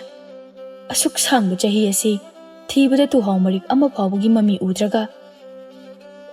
ꯃꯌꯥꯝꯕ ꯏꯕꯨꯡꯉꯣꯕꯨ ꯆꯤꯡꯁꯥꯡꯉꯝꯕ ꯁꯥꯎꯅ, ꯈꯥ ꯈꯨꯂꯦꯟꯒꯤ ꯅꯤꯡꯊꯧꯔꯦꯜ, ꯅꯪꯒꯤ ꯑꯄꯥꯝꯕ ꯐꯪꯅꯅꯕ ꯁꯦꯝ ꯁꯥꯔꯣ. ꯑꯃꯨꯛ ꯃꯥꯒꯤ ꯃꯅꯥꯏ ꯑꯗꯨꯗ ꯑꯣꯟꯁꯤꯜꯂꯒ ꯂꯩꯔꯤꯕ ꯑꯩꯒꯤ ꯂꯥꯟꯕꯤ ꯄꯨꯝꯕ ꯀꯧꯊꯣꯛꯇꯨꯅ ꯃꯃꯥ ꯃꯆꯥ ꯑꯗꯨꯕꯨ ꯉꯁꯤ ꯑꯊꯦꯡꯕꯗ ꯃꯈꯨꯠꯇ ꯌꯣꯠꯂꯤꯅ ꯌꯥꯆꯜ ꯂꯥꯛꯇꯨꯅ ꯑꯩꯒꯤ ꯅꯥꯛꯇ ꯄꯨꯔꯛꯀꯗꯕꯅꯤ. ꯊꯤꯟꯊꯔꯨꯔꯅꯨ. ꯈꯨꯜ ꯑꯗꯨ ꯄꯥꯡꯅꯅꯕ ꯁꯦꯝ ꯁꯥꯕ ꯍꯧꯔꯣ. ꯐꯒꯅꯤ ꯃꯌꯥꯝꯕ ꯏꯕꯨꯡꯉꯣ. ꯑꯁꯤ ꯍꯥꯏꯔꯝꯂꯒ ꯃꯅꯥꯏꯗꯨ ꯊꯣꯛꯈ꯭ꯔꯦ. ꯆꯤꯡꯁꯥꯡ ꯂꯥꯏꯁꯤꯡꯍꯔꯗ ꯑꯣꯟꯁꯤꯜꯂꯛꯇꯨꯅ ꯑꯃꯨꯛ ꯍꯥꯏꯔꯛꯏ. ꯅꯤꯡꯊꯧꯔꯦꯜ, ꯆꯤꯡꯅꯕ ꯀꯣꯛꯂꯣ. ꯑꯩꯒꯤ ꯅꯥꯏꯇꯣꯝ ꯄꯣꯛꯄꯤ ꯏꯆꯥ ꯅꯤꯡꯉꯣꯜ ꯑꯁꯦ ꯅꯪꯒꯤ ꯅꯆꯥꯅꯨꯄꯥ ꯈꯥꯁꯤꯡꯍꯔꯗ ꯁꯣꯏꯗꯅ ꯊꯥꯖꯒꯅꯤ. ꯑꯗꯨꯒ ꯃꯇꯤꯛ ꯃꯉꯥꯜ ꯂꯩꯔꯕ ꯂꯩꯕꯥꯛ ꯑꯁꯤꯒꯤ ꯅꯤꯡꯊꯧꯔꯦꯜꯅ ꯑꯩꯅ ꯑꯣꯏꯒꯅꯤ. ꯅꯪꯒꯤ ꯑꯅꯤꯡꯕ ꯄꯨꯝꯅꯃꯛ ꯑꯩꯅ ꯊꯨꯡꯍꯟꯒꯅꯤ. ꯋꯥꯍꯩ ꯑꯗꯨꯗ ꯑꯄꯦꯟꯕ ꯑꯣꯏꯔꯕꯒꯨꯝꯅ ꯃꯣꯃꯣꯟ ꯅꯣꯛꯂꯛꯏ ꯅꯤꯡꯊꯧ ꯂꯥꯏꯁꯤꯡꯍꯔꯗꯨ. ꯃꯃꯥ ꯃꯆꯥ ꯑꯅꯤꯗꯨ ꯃꯍꯧꯁꯥꯒꯨꯝ ꯅꯨꯃꯤꯗꯥꯡꯒꯤ ꯆꯥꯛ ꯑꯗꯨ ꯉꯟꯅ ꯆꯥꯊꯣꯛꯂꯒ ꯃꯥꯒꯤ ꯐꯃꯨꯡꯗ ꯇꯨꯝꯅꯕ ꯆꯪꯅꯔꯛꯂꯦ. ꯅꯨꯡꯁꯤꯇꯣꯝꯕꯤꯗꯤ ꯉꯁꯤ ꯋꯥꯈꯜ ꯑꯗꯨ ꯏꯌꯥꯡ ꯌꯥꯡꯖꯗꯦ. ꯁꯅꯥ ꯀꯣꯅꯨꯡ ꯀꯥꯔꯨꯕ ꯑꯗꯨꯗ ꯃꯁꯥꯗꯣ ꯑꯀꯤꯕ ꯈꯖꯤꯛ ꯐꯥꯎꯔꯛꯏ. ꯃꯌꯥꯝ ꯃꯔꯛꯇ ꯂꯩꯕꯗ ꯃꯃꯥꯏ ꯃꯃꯤꯠ ꯐꯤꯒꯤ ꯐꯤꯖꯤꯅ ꯈꯨꯝꯖꯤꯟꯗꯨꯅ ꯀꯅꯥ ꯎꯗꯅꯕ ꯃꯑꯣꯡꯗ ꯊꯧꯔꯝ ꯑꯗꯨ ꯃꯍꯥꯛꯅ ꯌꯥꯎꯔꯛꯄꯅꯤ. ꯑꯗꯨꯕꯨ ꯃꯥꯅ ꯄꯥꯈꯠꯂꯤꯕ ꯑꯁꯤ ꯉꯁꯥꯏ ꯅꯨꯄꯥ ꯑꯃꯅ ꯃꯉꯣꯟꯗ ꯑꯗꯨꯛ ꯈꯥꯅ ꯆꯤꯡꯅꯕꯒꯤ ꯃꯤꯠꯌꯦꯡ ꯑꯃꯅ ꯌꯦꯡꯂꯛꯈꯤꯕ ꯑꯗꯨꯅꯤ. ꯃꯗꯨ ꯅꯤꯡꯁꯤꯡ ꯆꯍꯤ ꯅꯧꯅ ꯅꯣꯡꯒꯥꯈ꯭ꯔꯕ ꯃꯥꯒꯤ ꯃꯄꯨꯔꯣꯏꯕ ꯂꯣꯌꯥ ꯂꯥꯛꯄꯕꯨ ꯅꯤꯡꯁꯤꯡꯂꯛꯏ. ꯃꯄꯤ ꯏꯔꯥ ꯆꯦꯜꯂꯛꯏ. ꯃꯆꯤꯟꯅ ꯇꯞꯂꯞ ꯍꯥꯏꯖꯩ. ꯃꯣꯏ ꯕꯕꯥ, ꯅꯪꯅ ꯉꯁꯤꯁꯨ ꯇꯥꯏꯕꯪꯄꯥꯜ ꯑꯁꯤꯗ ꯍꯤꯡꯗꯨꯅ ꯂꯩꯔꯝꯂꯕꯗꯤ ꯑꯩꯅ ꯏꯆꯥꯁꯤꯒ ꯇꯔꯛ ꯑꯁꯨꯝꯅ ꯃꯤꯄꯥꯏꯖꯗꯨꯅ ꯍꯤꯡꯂꯤꯕꯁꯦ ꯍꯤꯡꯂꯝꯂꯣꯏꯗꯕꯅꯤ. ꯅꯪꯅ ꯄꯤꯔꯝꯕ ꯅꯨꯡꯁꯤ ꯈꯨꯗꯣꯜꯁꯦ ꯑꯩ ꯆꯦꯛꯁꯤꯟꯅ ꯌꯣꯛꯄ ꯉꯝꯕ ꯑꯣꯏꯖꯒꯦ. ꯃꯣꯏ ꯕꯕꯥꯅ ꯑꯩꯒꯤ ꯊꯧꯅꯥ ꯍꯥꯞꯄꯤꯌꯨꯀꯣ. ꯄꯤꯔꯥꯡ ꯁꯤꯟꯊꯅ ꯐꯃꯨꯡꯗ ꯍꯤꯞꯅ ꯆꯤꯟꯕꯥꯜꯗ ꯋꯥꯍꯩꯁꯤꯡ ꯑꯗꯨ ꯁꯣꯟꯖꯩ. ꯉꯥꯟꯕꯁꯨ ꯃꯥꯒꯤ ꯐꯃꯨꯡꯗ ꯀꯥꯈꯠꯇꯨꯅ ꯀꯥꯡꯈꯜ ꯑꯗꯨ ꯊꯥꯗꯔꯒ ꯐꯃꯨꯡ ꯃꯌꯥꯏ ꯑꯗꯨꯗ ꯐꯝꯂꯒ ꯋꯥꯈꯜ ꯇꯧꯏ. ꯃꯪꯂꯤꯕꯅꯤ ꯃꯥꯒꯤꯗꯣ, ꯋꯥꯈꯜ ꯅꯨꯡꯉꯥꯏꯇ꯭ꯔꯤꯕꯅꯤ. ꯑꯉꯥꯡ ꯑꯣꯏꯖꯔꯕꯁꯨ ꯅꯨꯄꯥꯅꯤ, ꯊꯃꯣꯏ ꯄꯥꯟꯕꯅꯤ. ꯅꯨꯡꯁꯤꯕ ꯍꯥꯏꯕꯗꯨꯒꯤ ꯋꯥꯍꯟꯊꯣꯛ ꯃꯨꯟꯅ ꯈꯪꯂꯕꯅꯤ. ꯋꯥꯈꯜ ꯐꯨꯝꯕꯪꯅꯅ ꯄꯨꯛꯅꯤꯡ ꯂꯩꯇꯥꯗꯅ ꯆꯔꯥꯡꯅꯕꯅ ꯊꯜꯂꯤ ꯃꯁꯥꯗꯣ. ꯑꯗꯨꯝꯅ ꯀꯨꯏꯅ ꯂꯩꯔꯝꯂꯒ ꯇꯞꯅ ꯍꯤꯞꯊꯩ. ꯃꯃꯤꯠꯇꯨ ꯇꯞꯅ ꯎꯏꯁꯤꯜꯂꯒ ꯃꯆꯤꯟꯗ ꯇꯞꯅ ꯁꯣꯜꯂꯤ. ꯄꯥꯡꯗꯕ ꯃꯒꯨꯝꯅ ꯑꯩꯒꯤ ꯅꯨꯡꯁꯤꯕ ꯃꯥꯡꯍꯜꯂꯗ꯭ꯔꯥ? ꯅꯠꯇ꯭ꯔꯒꯅ ꯑꯩꯒꯤ ꯅꯨꯡꯁꯤꯕꯗꯤ ꯃꯥꯡꯕ ꯌꯥꯗꯦ ꯃꯇꯥꯒꯨꯝ ꯃꯥꯕꯨ ꯑꯩꯒꯤ ꯑꯣꯏꯅꯅꯕ ꯍꯣꯠꯅꯒꯗ꯭ꯔꯥ? ꯀꯔꯤꯒꯨꯝꯕ ꯑꯩꯅ ꯑꯉꯝ ꯇꯥꯟꯗꯨꯅ ꯃꯖꯥꯏꯕꯦꯝꯃꯕꯨ ꯑꯩꯒꯤꯕꯨ ꯑꯣꯏꯗꯕ ꯌꯥꯗꯦ ꯈꯜꯂꯕꯗꯤ ꯁꯣꯏꯗꯅ ꯂꯩꯕ ꯏꯔꯥꯡ ꯍꯧꯔꯛꯀꯅꯤ ꯑꯩꯒꯤ ꯃꯥꯏꯀꯩꯗ ꯂꯦꯞꯄ ꯃꯤꯗꯤ ꯀꯅꯥ ꯌꯥꯔꯛꯑꯣꯏ ꯏꯃꯥ ꯗꯩ ꯏꯆꯦ ꯃꯈꯣꯏ ꯈꯛ ꯅꯠꯇꯅ ꯀꯔꯤꯒꯨꯝꯕ ꯑꯁꯣꯏ ꯑꯉꯥꯝ ꯊꯣꯛꯂꯒꯅ ꯃꯔꯥꯏꯕꯛ ꯊꯤꯔꯕꯤ ꯋꯥꯕꯅ ꯃꯁꯔꯨꯛ ꯑꯣꯏꯖꯔꯕꯤ ꯏꯃꯥꯅ ꯀꯝꯗꯧꯕ ꯑꯗꯨꯒ ꯑꯃꯨꯛ ꯃꯖꯥꯏꯕꯦꯝꯃꯅ ꯑꯩꯕꯨ ꯅꯨꯡꯁꯤꯕꯤꯔꯛꯀꯗ꯭ꯔꯥ ꯐꯠꯇꯕ ꯃꯤꯑꯣꯏ ꯑꯃꯒꯨꯝꯅ ꯂꯥꯟꯅ ꯏꯟꯊꯣꯛꯄꯤꯔꯛꯀꯗ꯭ꯔꯥ ꯃꯖꯥꯏꯕꯦꯝꯃꯅ ꯑꯩꯒꯤ ꯏꯊꯧꯗ ꯀꯔꯤꯅꯤ ꯍꯥꯏꯅ ꯈꯟꯈꯤꯅꯤ ꯑꯩ ꯍꯟꯗꯣꯛꯑꯒꯦꯗ ꯑꯩ ꯈꯣꯡꯐꯝ ꯑꯁꯤ ꯍꯟꯗꯣꯛꯂꯒꯦ ꯑꯩꯒꯤꯗꯤ ꯃꯔꯥꯏꯕꯛ ꯊꯤꯔꯕꯤ ꯏꯃꯥ ꯈꯛꯇꯅꯤ ꯑꯩꯒꯤ ꯏꯃꯥꯒꯤꯗꯃꯛ ꯑꯩ ꯍꯤꯡꯗꯕ ꯌꯥꯗꯦ ꯏꯄꯥ ꯍꯥꯠꯈꯤꯕ ꯃꯤꯁꯛ ꯑꯗꯨꯕꯨ ꯂꯃꯟ ꯈꯨꯝꯗꯕ ꯌꯥꯗꯦ ꯑꯩ ꯃꯖꯥꯏꯕꯦꯝꯃꯕꯨ ꯀꯥꯎꯊꯣꯛꯂꯒꯦ ꯑꯩ ꯃꯥꯕꯨ ꯅꯤꯡꯁꯤꯡꯂꯔꯣꯏ ꯑꯃꯨꯛ ꯍꯟꯅ ꯃꯥꯒꯤ ꯋꯥꯈꯜ ꯈꯜꯂꯔꯣꯏ ꯑꯩ ꯃꯥꯒꯤ ꯋꯥꯈꯜ ꯀꯥꯎꯔꯒꯦ ꯅꯤꯡꯉꯝꯗ ꯆꯩꯅꯥ ꯐꯪꯂꯕꯁꯨ ꯐꯪꯂꯒꯦ ꯋꯥꯔꯕꯁꯨ ꯋꯥꯔꯒꯦ ꯃꯇꯥꯒꯨꯝ ꯃꯖꯥꯏꯕꯦꯝꯃꯒꯤ ꯋꯥꯈꯜ ꯊꯥꯗꯣꯛꯂꯒꯦ ꯂꯦꯞꯈ꯭ꯔꯦ ꯋꯥꯔꯕ ꯋꯥꯈꯜ ꯑꯗꯨꯒ ꯂꯣꯏꯅꯅ ꯂꯨꯝꯊꯔꯕ ꯋꯥꯈꯜ ꯍꯛꯆꯥꯡ ꯄꯨꯝꯕ ꯑꯍꯤꯡꯗꯨꯃꯒꯤ ꯑꯣꯏꯅ ꯇꯨꯝꯕ ꯊꯦꯝꯈ꯭ꯔꯦ ꯄꯨꯔꯅꯤꯃꯥ ꯂꯣꯏꯁꯤꯟꯈ꯭ꯔꯕ ꯃꯇꯨꯡꯗ ꯊꯥꯁꯤ ꯑꯍꯤꯡ ꯍꯥꯏꯕꯗꯨ ꯑꯣꯏꯔꯤꯕ꯭ꯔꯥ ꯏꯃꯝ ꯃꯝꯈ꯭ꯔꯦ ꯃꯥꯂꯦꯝ ꯄꯨꯝꯕ ꯂꯝꯕꯤ ꯂꯩꯔꯛ ꯑꯃꯠꯇ ꯃꯝꯕꯅ ꯀꯅꯥ ꯆꯠꯂꯤ ꯎꯅꯗ꯭ꯔꯦ ꯈꯨꯠꯀꯤ ꯈꯨꯕꯝ ꯐꯥꯎꯕ ꯎꯕ ꯐꯪꯗꯅ ꯃꯝꯂꯦ ꯑꯗꯨꯛ ꯃꯝꯕ ꯑꯍꯤꯡ ꯑꯗꯨꯗꯅꯤ ꯆꯤꯡꯁꯥꯡ ꯉꯝꯕꯅ ꯊꯥꯔꯛꯄ ꯂꯥꯟꯃꯤꯁꯤꯡꯅ ꯇꯥꯏꯕꯪ ꯄꯨꯝꯕ ꯇꯨꯡꯈꯨꯟ ꯇꯥꯟꯅꯈ꯭ꯔꯦ ꯈꯪꯂꯕꯗ ꯉꯥꯟꯕ ꯈꯣꯏꯒꯤ ꯌꯨꯝꯒꯤ ꯑꯀꯣꯏꯕꯗꯨꯗ ꯆꯪꯁꯤꯜꯂꯛꯄꯗꯣ ꯂꯥꯛꯂꯤꯕ ꯂꯥꯟꯃꯤꯁꯤꯡ ꯑꯗꯨ ꯌꯨꯝ ꯑꯗꯨꯒꯤ ꯃꯆꯤ ꯑꯃꯗ ꯂꯦꯡꯗꯅ ꯊꯨꯡꯅ ꯀꯣꯏꯁꯤꯟꯗꯨꯅ ꯂꯩꯔꯛꯏ ꯈꯔ ꯑꯃꯅ ꯌꯨꯝ ꯑꯗꯨꯒꯤ ꯃꯥꯡꯒꯣꯜ ꯑꯗꯨꯗ ꯀꯥꯈꯠꯂꯒ ꯌꯨꯝ ꯑꯗꯨꯒꯤ ꯊꯣꯡꯅꯥꯎ ꯑꯗꯨ ꯑꯀꯟꯕ ꯁꯥꯐꯨ ꯑꯃꯗ ꯊꯤꯜꯂꯤ ꯈꯣꯟꯖꯦꯜꯗꯤ ꯊꯣꯛꯇꯦ ꯊꯣꯡ ꯑꯗꯨꯃꯛ ꯊꯤꯜꯂꯤ ꯂꯦꯞꯄ ꯂꯩꯇ ꯑꯁꯨꯝ ꯀꯟꯅ ꯊꯤꯜꯂꯛꯄ ꯑꯗꯨꯗ ꯅꯨꯡꯁꯤꯇꯣꯝꯕꯤ ꯑꯗꯨ ꯃꯤꯀꯞ ꯊꯣꯔꯛꯂꯤ ꯉꯥꯟꯕꯁꯨ ꯎꯏꯔꯨꯝ ꯎꯏꯔꯨꯝ ꯀꯥ ꯑꯃꯗ ꯇꯨꯝꯂꯤꯕ ꯃꯃꯥ ꯑꯗꯨꯕꯨ ꯇꯥꯅꯅꯕ ꯃꯑꯣꯡꯗ ꯀꯧꯔꯛꯏ ꯏꯃꯥ ꯀꯅꯥꯅꯣ ꯑꯍꯤꯡꯁꯤꯗ ꯊꯣꯡ ꯊꯤꯜꯂꯛꯏꯁꯤꯕꯣ ꯌꯥꯔꯦ ꯅꯪ ꯇꯨꯝꯖꯔꯣ ꯏꯃꯥ ꯌꯦꯡꯉꯒꯦ ꯅꯣꯡꯃꯇ ꯀꯔꯤꯁꯨ ꯇꯧꯗꯕꯅ ꯐꯠꯇꯅ ꯂꯥꯟꯅ ꯀꯔꯤꯁꯨ ꯈꯜꯂꯨꯗꯦ ꯂꯩꯀꯥꯏꯒꯤ ꯃꯤ ꯑꯣꯏꯔꯝꯒꯅꯤ ꯈꯜꯂꯗꯨꯅ ꯊꯣꯡꯂꯣꯝꯗ ꯊꯣꯔꯛꯏ ꯅꯣꯡꯃꯁꯨ ꯑꯁꯨꯝꯅ ꯂꯩꯀꯥꯏꯒꯤ ꯃꯤ ꯑꯃ ꯑꯍꯤꯡꯗ ꯀꯧꯔꯛꯈꯤꯕ ꯂꯩꯈꯤ ꯑꯗꯨꯅ ꯑꯍꯦꯟꯕ ꯈꯜꯂꯨꯗꯦ ꯅꯨꯡꯁꯤ ꯃꯆꯥꯅ ꯑꯍꯤꯡꯅꯤ ꯀꯅꯥꯅꯣ ꯀꯔꯤꯅꯣ ꯈꯪꯗꯅ ꯊꯣꯡ ꯍꯥꯡꯒꯅꯨ ꯍꯥꯏꯅ ꯍꯥꯏꯔꯛꯂꯤꯕ ꯑꯗꯨ ꯀꯔꯤꯁꯨ ꯇꯧꯔꯣꯏ ꯍꯥꯏꯔꯗꯨꯅ ꯊꯣꯡꯖꯥꯎ ꯃꯅꯥꯛꯇ ꯂꯥꯛꯇꯨꯅ ꯊꯣꯡ ꯑꯗꯨ ꯇꯞꯅ ꯍꯥꯡꯉꯤ ꯀꯅꯥ ꯃꯈꯥ ꯇꯥꯈꯤꯗ꯭ꯔꯦ ꯂꯦꯞꯂꯝꯂꯤꯕ ꯃꯤꯁꯤꯡ ꯑꯗꯨ ꯎꯕꯗ ꯄꯥꯈꯠꯄ ꯃꯤꯄꯥꯏꯕꯅ ꯃꯁꯥ ꯄꯨꯝꯕ ꯅꯤꯛꯈ꯭ꯔꯦ ꯎꯕꯗꯇ ꯈꯪꯂꯤ ꯂꯥꯛꯂꯤꯕ ꯃꯤꯑꯣꯏꯁꯤꯡ ꯑꯗꯨ ꯅꯤꯡꯊꯧ ꯀꯣꯅꯨꯡꯗꯒꯤꯅꯤ ꯍꯥꯏꯕ ꯃꯗꯨꯅ ꯍꯦꯟꯅ ꯄꯥꯈꯠꯄꯅꯤ ꯅꯨꯡꯁꯤꯇꯣꯝꯕꯤꯗꯣ ꯃꯃꯥꯅ ꯀꯔꯤꯁꯨ ꯇꯧꯔꯣꯏ ꯍꯥꯏꯔꯕꯁꯨ ꯉꯥꯟꯕꯁꯨ ꯃꯃꯥꯒꯤ ꯃꯇꯨꯡ ꯏꯜꯂꯗꯨꯅ ꯊꯣꯡꯖꯥꯎꯔꯣꯝꯗ ꯊꯣꯔꯛꯄꯅꯤ ꯑꯗꯨꯕꯨ ꯃꯄꯥꯟꯗ ꯏꯃꯝ ꯃꯝꯕ ꯃꯔꯛꯇ ꯑꯃꯨꯕ ꯐꯤꯖꯣꯜ ꯁꯦꯠꯄ ꯃꯃꯥꯏ ꯃꯃꯤꯠ ꯈꯨꯝꯖꯤꯟꯕ ꯂꯥꯟꯃꯤ ꯈꯔ ꯂꯦꯞꯂꯒ ꯂꯩꯔꯝꯕꯗꯨ ꯎꯕꯗ ꯃꯃꯤꯠ ꯃꯅꯥ ꯆꯞ ꯌꯨꯡꯈ꯭ꯔꯦ ꯃꯃꯥ ꯃꯆꯥ ꯑꯅꯤꯅ ꯏꯉꯛ ꯉꯛꯅ ꯂꯩꯔꯤꯉꯩ ꯂꯥꯟꯃꯤꯁꯤꯡ ꯑꯗꯨ ꯆꯪꯁꯤꯜꯂꯛꯇꯨꯅ ꯃꯃꯥ ꯃꯆꯥ ꯑꯅꯤꯕꯨ ꯐꯥꯗꯨꯅ ꯏꯃꯨꯡꯗꯒꯤ ꯄꯨꯊꯣꯔꯛꯏ ꯅꯨꯡꯁꯤꯇꯣꯝꯕꯤꯗꯤ ꯀꯞꯂꯤ ꯈꯣꯟꯖꯦꯜ ꯅꯤꯛꯅ ꯂꯥꯟꯃꯤꯁꯥ ꯀꯔꯤꯅꯣ ꯅꯈꯣꯏꯅ ꯇꯧꯔꯤꯕꯁꯦ ꯊꯥꯗꯣꯛ ꯏꯃꯥ ꯏꯆꯥꯕꯨ ꯊꯥꯗꯣꯛ ꯍꯦ ꯅꯨꯄꯤ ꯂꯥꯎꯒꯅꯨ ꯍꯦꯛ ꯂꯥꯎꯕꯗ ꯅꯊ꯭ꯋꯥꯏ ꯑꯗꯨ ꯃꯥꯡꯉꯩ ꯉꯥꯟꯕꯁꯨ ꯑꯉꯥꯡ ꯃꯆꯥꯃꯛꯇꯤ ꯅꯠꯇ꯭ꯔꯦ ꯆꯍꯤ 13 ꯍꯥꯏꯖꯕꯒꯤ ꯋꯥꯅꯤ ꯄꯥꯈꯪ ꯃꯄꯨꯡ ꯐꯥꯔꯕ ꯅꯨꯄꯥ ꯑꯃꯒꯨꯝꯅ ꯄꯥꯡꯒꯜ ꯀꯜꯂꯦ ꯁꯥꯃꯨ ꯍꯛꯆꯥꯡ ꯆꯥꯎꯔꯦ ꯌꯦꯛꯅꯕ ꯂꯥꯟꯊꯦꯡꯅꯕ ꯉꯝꯂꯒꯅꯤ ꯂꯥꯟꯃꯤ ꯑꯗꯨꯅ ꯃꯃꯥꯕꯨ ꯃꯈꯨꯠ ꯄꯥꯏꯗꯨꯅ ꯁꯣꯔꯣ ꯁꯣꯔꯣ ꯆꯤꯡꯕꯗꯨ ꯎꯕꯗ ꯃꯥꯕꯨ ꯐꯥꯔꯤꯕ ꯂꯥꯟꯃꯤꯁꯤꯡ ꯑꯗꯨ ꯁꯥꯐꯨ ꯀꯟꯅ ꯏꯟꯊꯣꯛꯂꯒ ꯁꯥꯎꯅ ꯂꯥꯛꯂꯤꯕ ꯂꯥꯟꯃꯤꯁꯤꯡ ꯑꯗꯨ ꯐꯨꯕ ꯍꯧꯔꯛꯂꯦ ꯏꯃꯥ ꯏꯆꯥꯇꯅꯤ ꯈꯟꯗꯨꯅ ꯈꯨꯠꯂꯤꯡꯕ ꯅꯈꯣꯏꯅ ꯑꯩꯈꯣꯏꯕꯨ ꯎꯁꯤꯠꯇꯕ ꯌꯥꯕ꯭ꯔꯥ ꯑꯩꯒꯤ ꯏꯃꯥꯕꯨ ꯀꯔꯤꯁꯨ ꯂꯩꯇꯅ ꯃꯈꯨꯠ ꯄꯥꯏꯔꯒ ꯃꯁꯝ ꯁꯣꯔꯣ ꯁꯣꯔꯣ ꯆꯤꯡꯂꯒ ꯄꯨꯕ ꯏꯄꯥ ꯍꯥꯠꯄꯒꯤ ꯂꯃꯟ ꯑꯩꯅ ꯁꯣꯏꯗꯅ ꯈꯨꯝꯒꯅꯤ ꯅꯈꯣꯏꯒꯤ ꯅꯊꯛꯇ ꯑꯩꯅ ꯁꯣꯏꯗꯅ ꯈꯨꯝꯒꯅꯤ ꯑꯁꯤ ꯍꯥꯏꯗꯨꯅ ꯂꯥꯟꯃꯤꯁꯤꯡ ꯑꯗꯨꯕꯨ ꯐꯨꯕ ꯍꯧꯔꯛꯏ ꯑꯗꯨꯕꯨ ꯁꯥꯃꯨ ꯍꯛꯆꯥꯡꯅ ꯑꯗꯨꯛ ꯄꯥꯡꯒꯜ ꯀꯜꯂꯕꯁꯨ ꯂꯥꯛꯂꯤꯕ ꯂꯥꯟꯃꯤꯁꯤꯡ ꯑꯗꯨꯅ ꯑꯗꯨꯛ ꯃꯁꯤꯡ ꯌꯥꯝꯈꯤꯕꯅ ꯄꯥꯡꯒꯜ ꯂꯩꯅ ꯃꯨꯛꯅꯕꯒꯤ ꯄꯥꯡꯒꯜ ꯂꯩꯔꯛꯇ꯭ꯔꯦ ꯅꯨꯡꯁꯤꯇꯣꯝꯕꯤꯁꯨ ꯃꯥꯕꯨ ꯐꯥꯔꯤꯕ ꯂꯥꯟꯃꯤ ꯑꯗꯨꯗꯒꯤ ꯃꯈꯨꯠ ꯐꯥꯎꯕ ꯅꯥꯟꯊꯣꯛꯂꯒ ꯃꯆꯥꯒꯤ ꯅꯥꯛꯇ ꯆꯪꯁꯤꯜꯂꯛꯏ ꯂꯥꯟꯃꯤ 5-6ꯅ ꯐꯨꯔꯤꯕ ꯃꯆꯥꯕꯨ ꯆꯤꯡꯊꯣꯛꯂꯒ ꯀꯞꯅ ꯀꯞꯅ ꯃꯆꯥꯕꯨ ꯀꯣꯟꯊꯣꯡꯂꯣꯝꯗ ꯃꯁꯥ ꯏꯜꯂꯤ ꯏꯃꯥꯒꯤ ꯕꯨꯡꯉꯣ ꯅꯪ ꯄꯥꯡꯒꯜ ꯊꯣꯛꯄ ꯃꯇꯝ ꯑꯣꯏꯗ꯭ꯔꯤ ꯆꯠꯂꯣ ꯏꯃꯥꯅ ꯁꯤꯔꯕꯁꯨ ꯅꯪꯗꯤ ꯍꯤꯡꯗꯕ ꯌꯥꯗꯕꯅꯤ ꯅꯄꯥꯒꯤ ꯂꯃꯟ ꯅꯪꯅ ꯈꯨꯝꯒꯗꯕꯅꯤ ꯆꯠꯂꯣ ꯏꯃꯥꯒꯤ ꯈꯜꯂꯨꯔꯅꯨ ꯅꯪ ꯃꯐꯝ ꯀꯗꯥꯏꯗꯅꯣꯃ ꯆꯦꯟꯈ꯭ꯔꯣ ꯀꯅꯥꯅꯁꯨ ꯎꯔꯣꯏꯗꯕ ꯀꯅꯥꯅꯁꯨ ꯈꯪꯂꯣꯏꯗꯕ ꯃꯐꯝ ꯑꯃꯗ ꯅꯪ ꯂꯣꯠꯈ꯭ꯔꯣ ꯆꯠꯂꯣ ꯏꯃꯥꯒꯤ ꯕꯨꯡꯉꯣ ꯅꯪ ꯆꯠꯂꯣ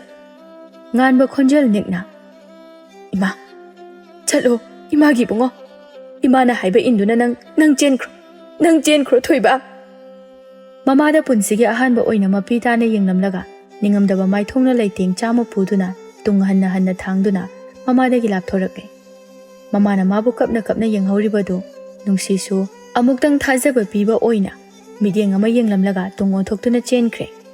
Lanmi kayana magi matungda tanarakpagi sahum phawi adubu tung hana yenglamdre.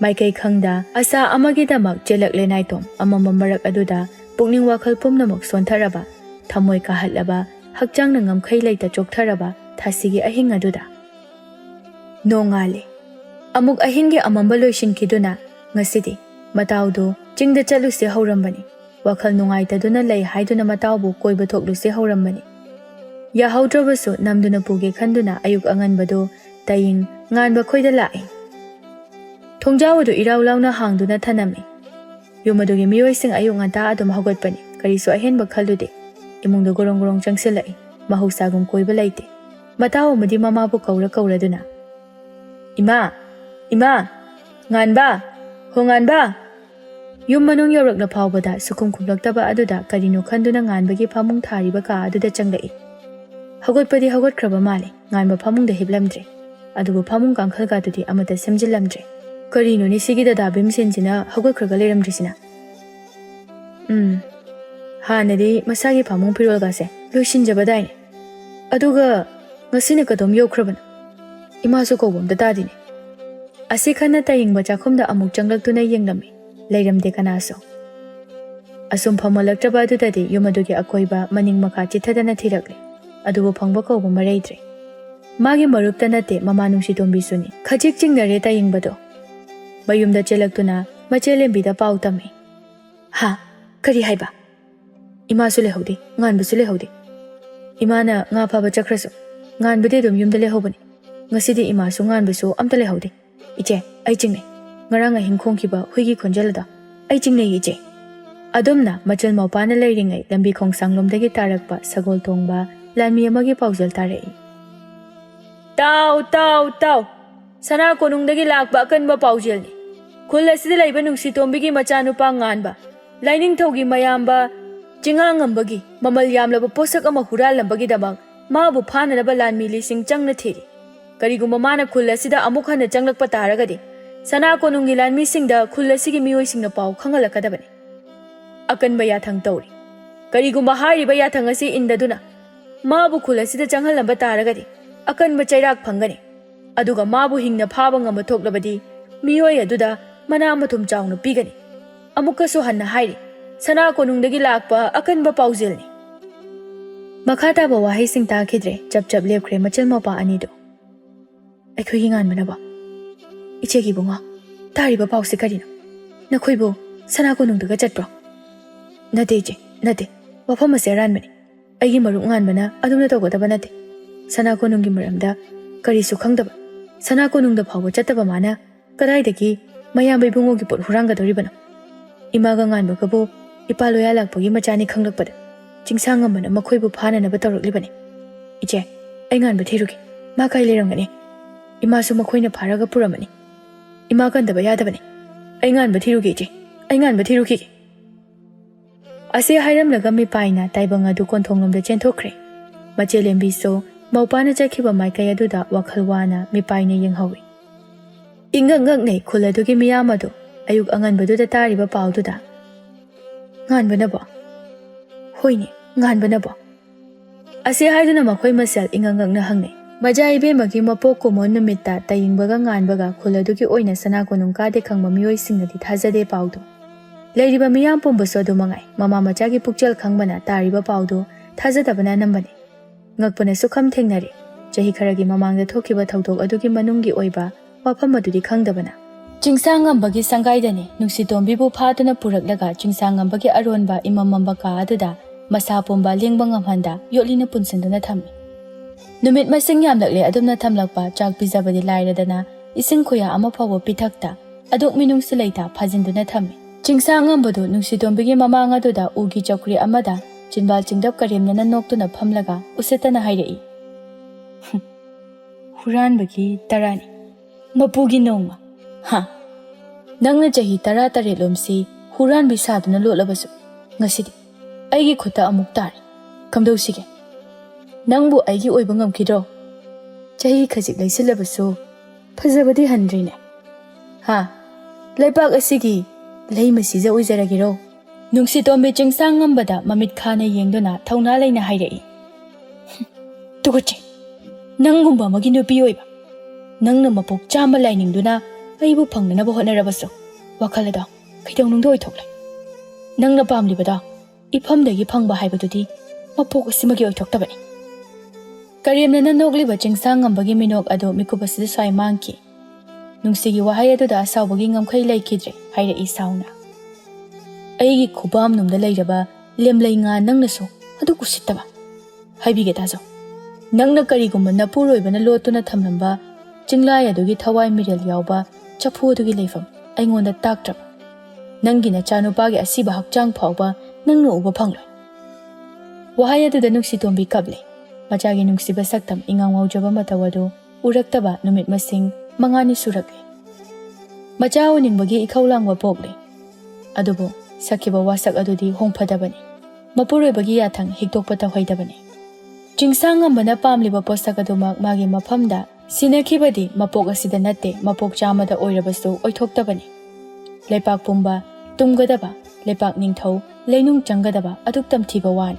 Adumna leiringaida chingsangna nungsitombi pakhum ngairingai magi manai achanbadu changsilaktuna pawa matamdare. Hairakliba wa aduda chingsang phamlambadagi fukhawgali. Makalamba minoga manokdaga. Masu laklabra. Mani. Aina lakpa ngairi. Marudi mani.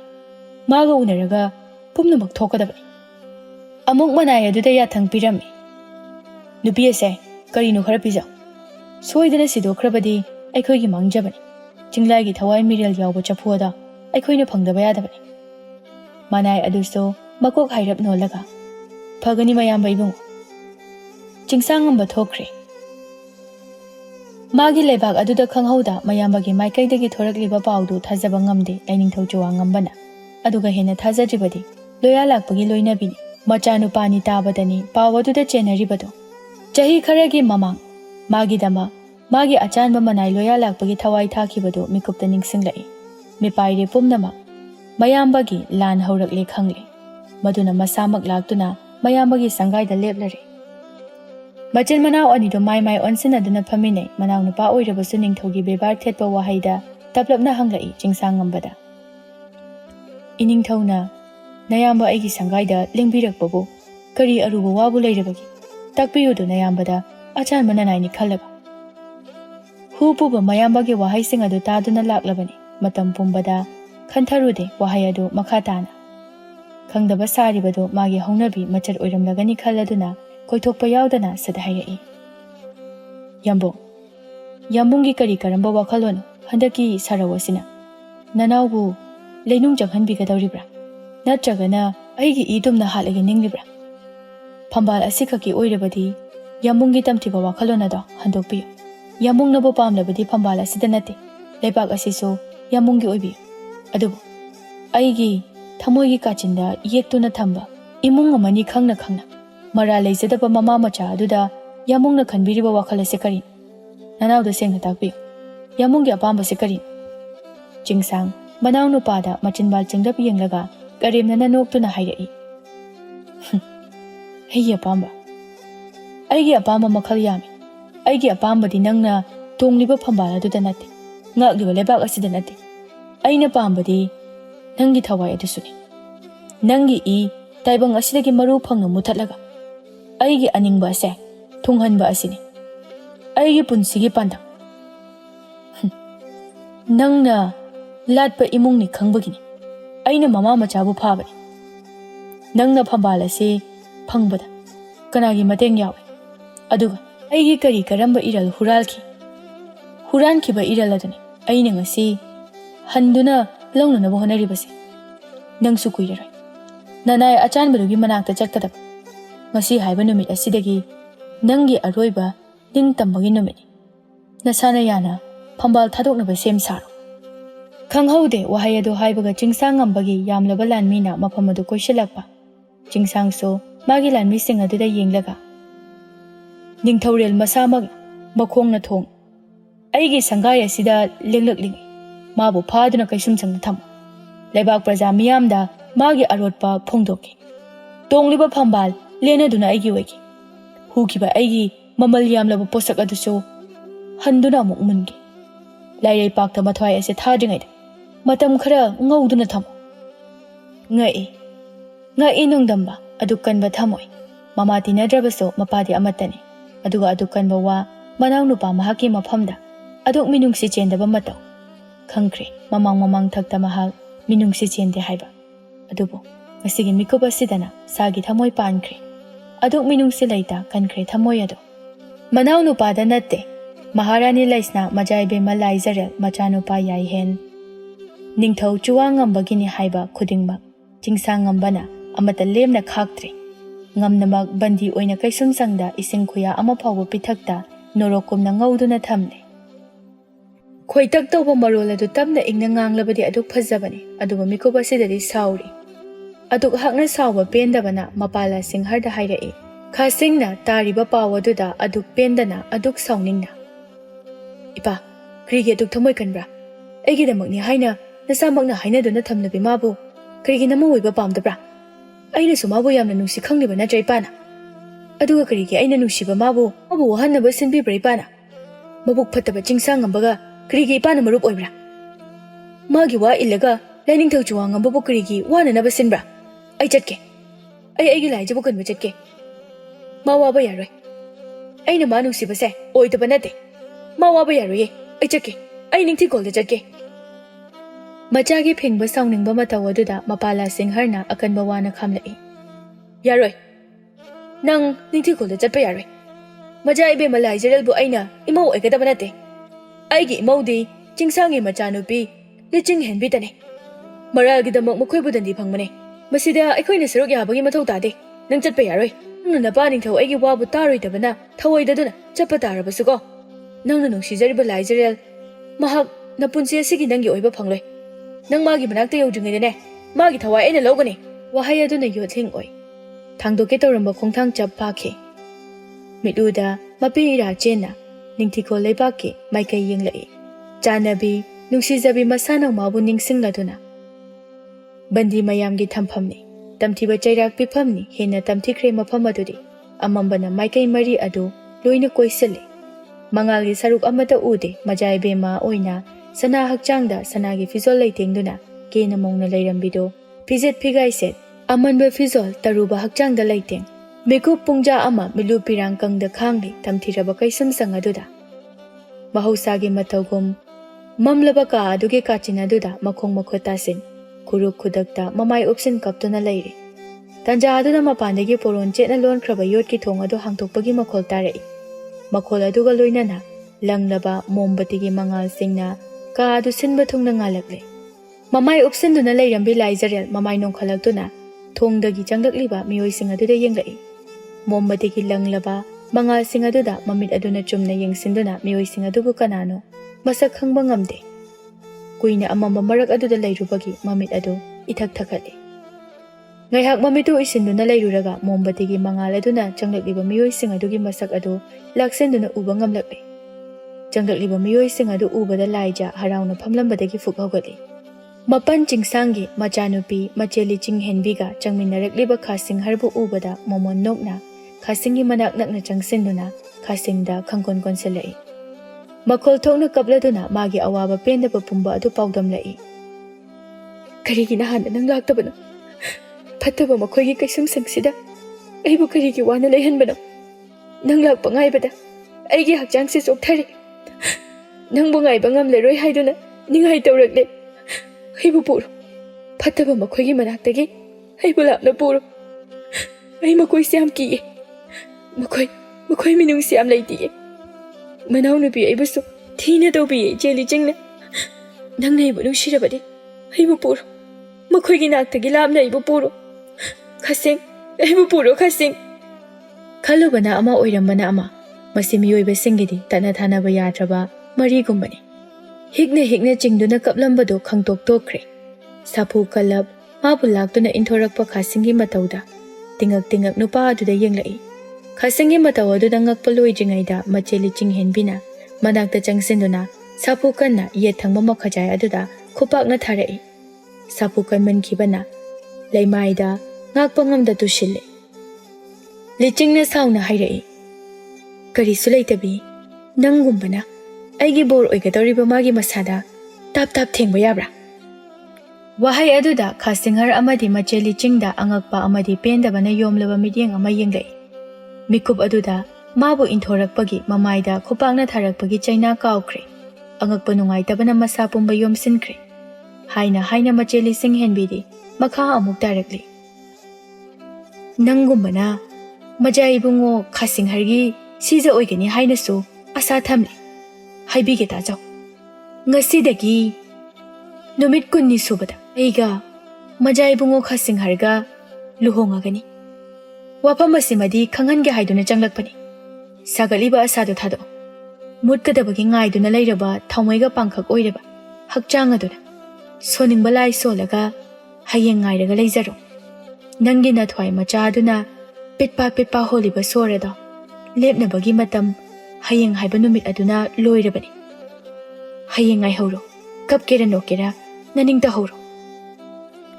ꯑꯗꯨꯛ ꯊꯃꯣꯏꯕꯨ ꯀꯥꯏꯍꯜꯂꯝꯕ, ꯅꯨꯡꯁꯤꯔꯨꯕ, ꯑꯃꯛꯄ ꯌꯥꯎꯗ ꯑꯔꯦꯝꯕ ꯇꯥꯍꯜꯂꯝꯕ ꯃꯇꯧ ꯑꯃꯅ ꯃꯤꯀꯨꯞ ꯑꯃꯗ ꯃꯤꯆꯤꯅ ꯑꯣꯏꯔꯕꯁꯨ ꯃꯤꯀꯨꯞ ꯑꯃ ꯌꯦꯡꯂꯝꯗ ꯑꯗꯨꯛ ꯊꯃꯣꯏ ꯀꯜꯂꯤꯕ ꯅꯨꯄꯥ ꯑꯣꯏꯕ ꯅꯪꯒꯤ ꯊꯃꯣꯏ ꯑꯗꯨꯛꯁꯨ ꯅꯨꯡꯁꯤ ꯍꯩꯇꯕꯣꯏꯔꯦ꯫ ꯃꯆꯦ ꯑꯣꯏꯕꯤ ꯅꯪꯒꯤ ꯄꯨꯛꯆꯦꯜ ꯑꯗꯨꯁꯨ ꯄꯣꯛꯃꯤꯟꯅꯕꯃꯛ ꯅꯠꯇ꯭ꯔꯕꯁꯨ ꯑꯗꯨꯛ ꯃꯤꯅꯨꯡꯁꯤ ꯂꯩꯇꯅ ꯊꯥꯔꯝꯕ ꯈꯣꯟꯗ ꯂꯥꯏꯖꯃꯥꯅ ꯊꯋꯥꯏ ꯊꯥꯈ꯭ꯔꯕꯁꯨ ꯌꯦꯛꯇꯨꯅ ꯄꯨꯈ꯭ꯔꯅꯤ ꯊꯃꯣꯏꯗ꯫ ꯊꯥꯅꯤꯡꯗ ꯊꯥꯈ꯭ꯔꯅꯤ ꯊꯋꯥꯏ ꯃꯥꯗꯤ ꯍꯌꯦꯡ ꯍꯥꯏꯕ ꯅꯨꯃꯤꯠ ꯑꯗꯨꯅ ꯃꯤꯠꯃꯥꯡꯗ ꯂꯦꯞꯂꯔꯕꯗ꯫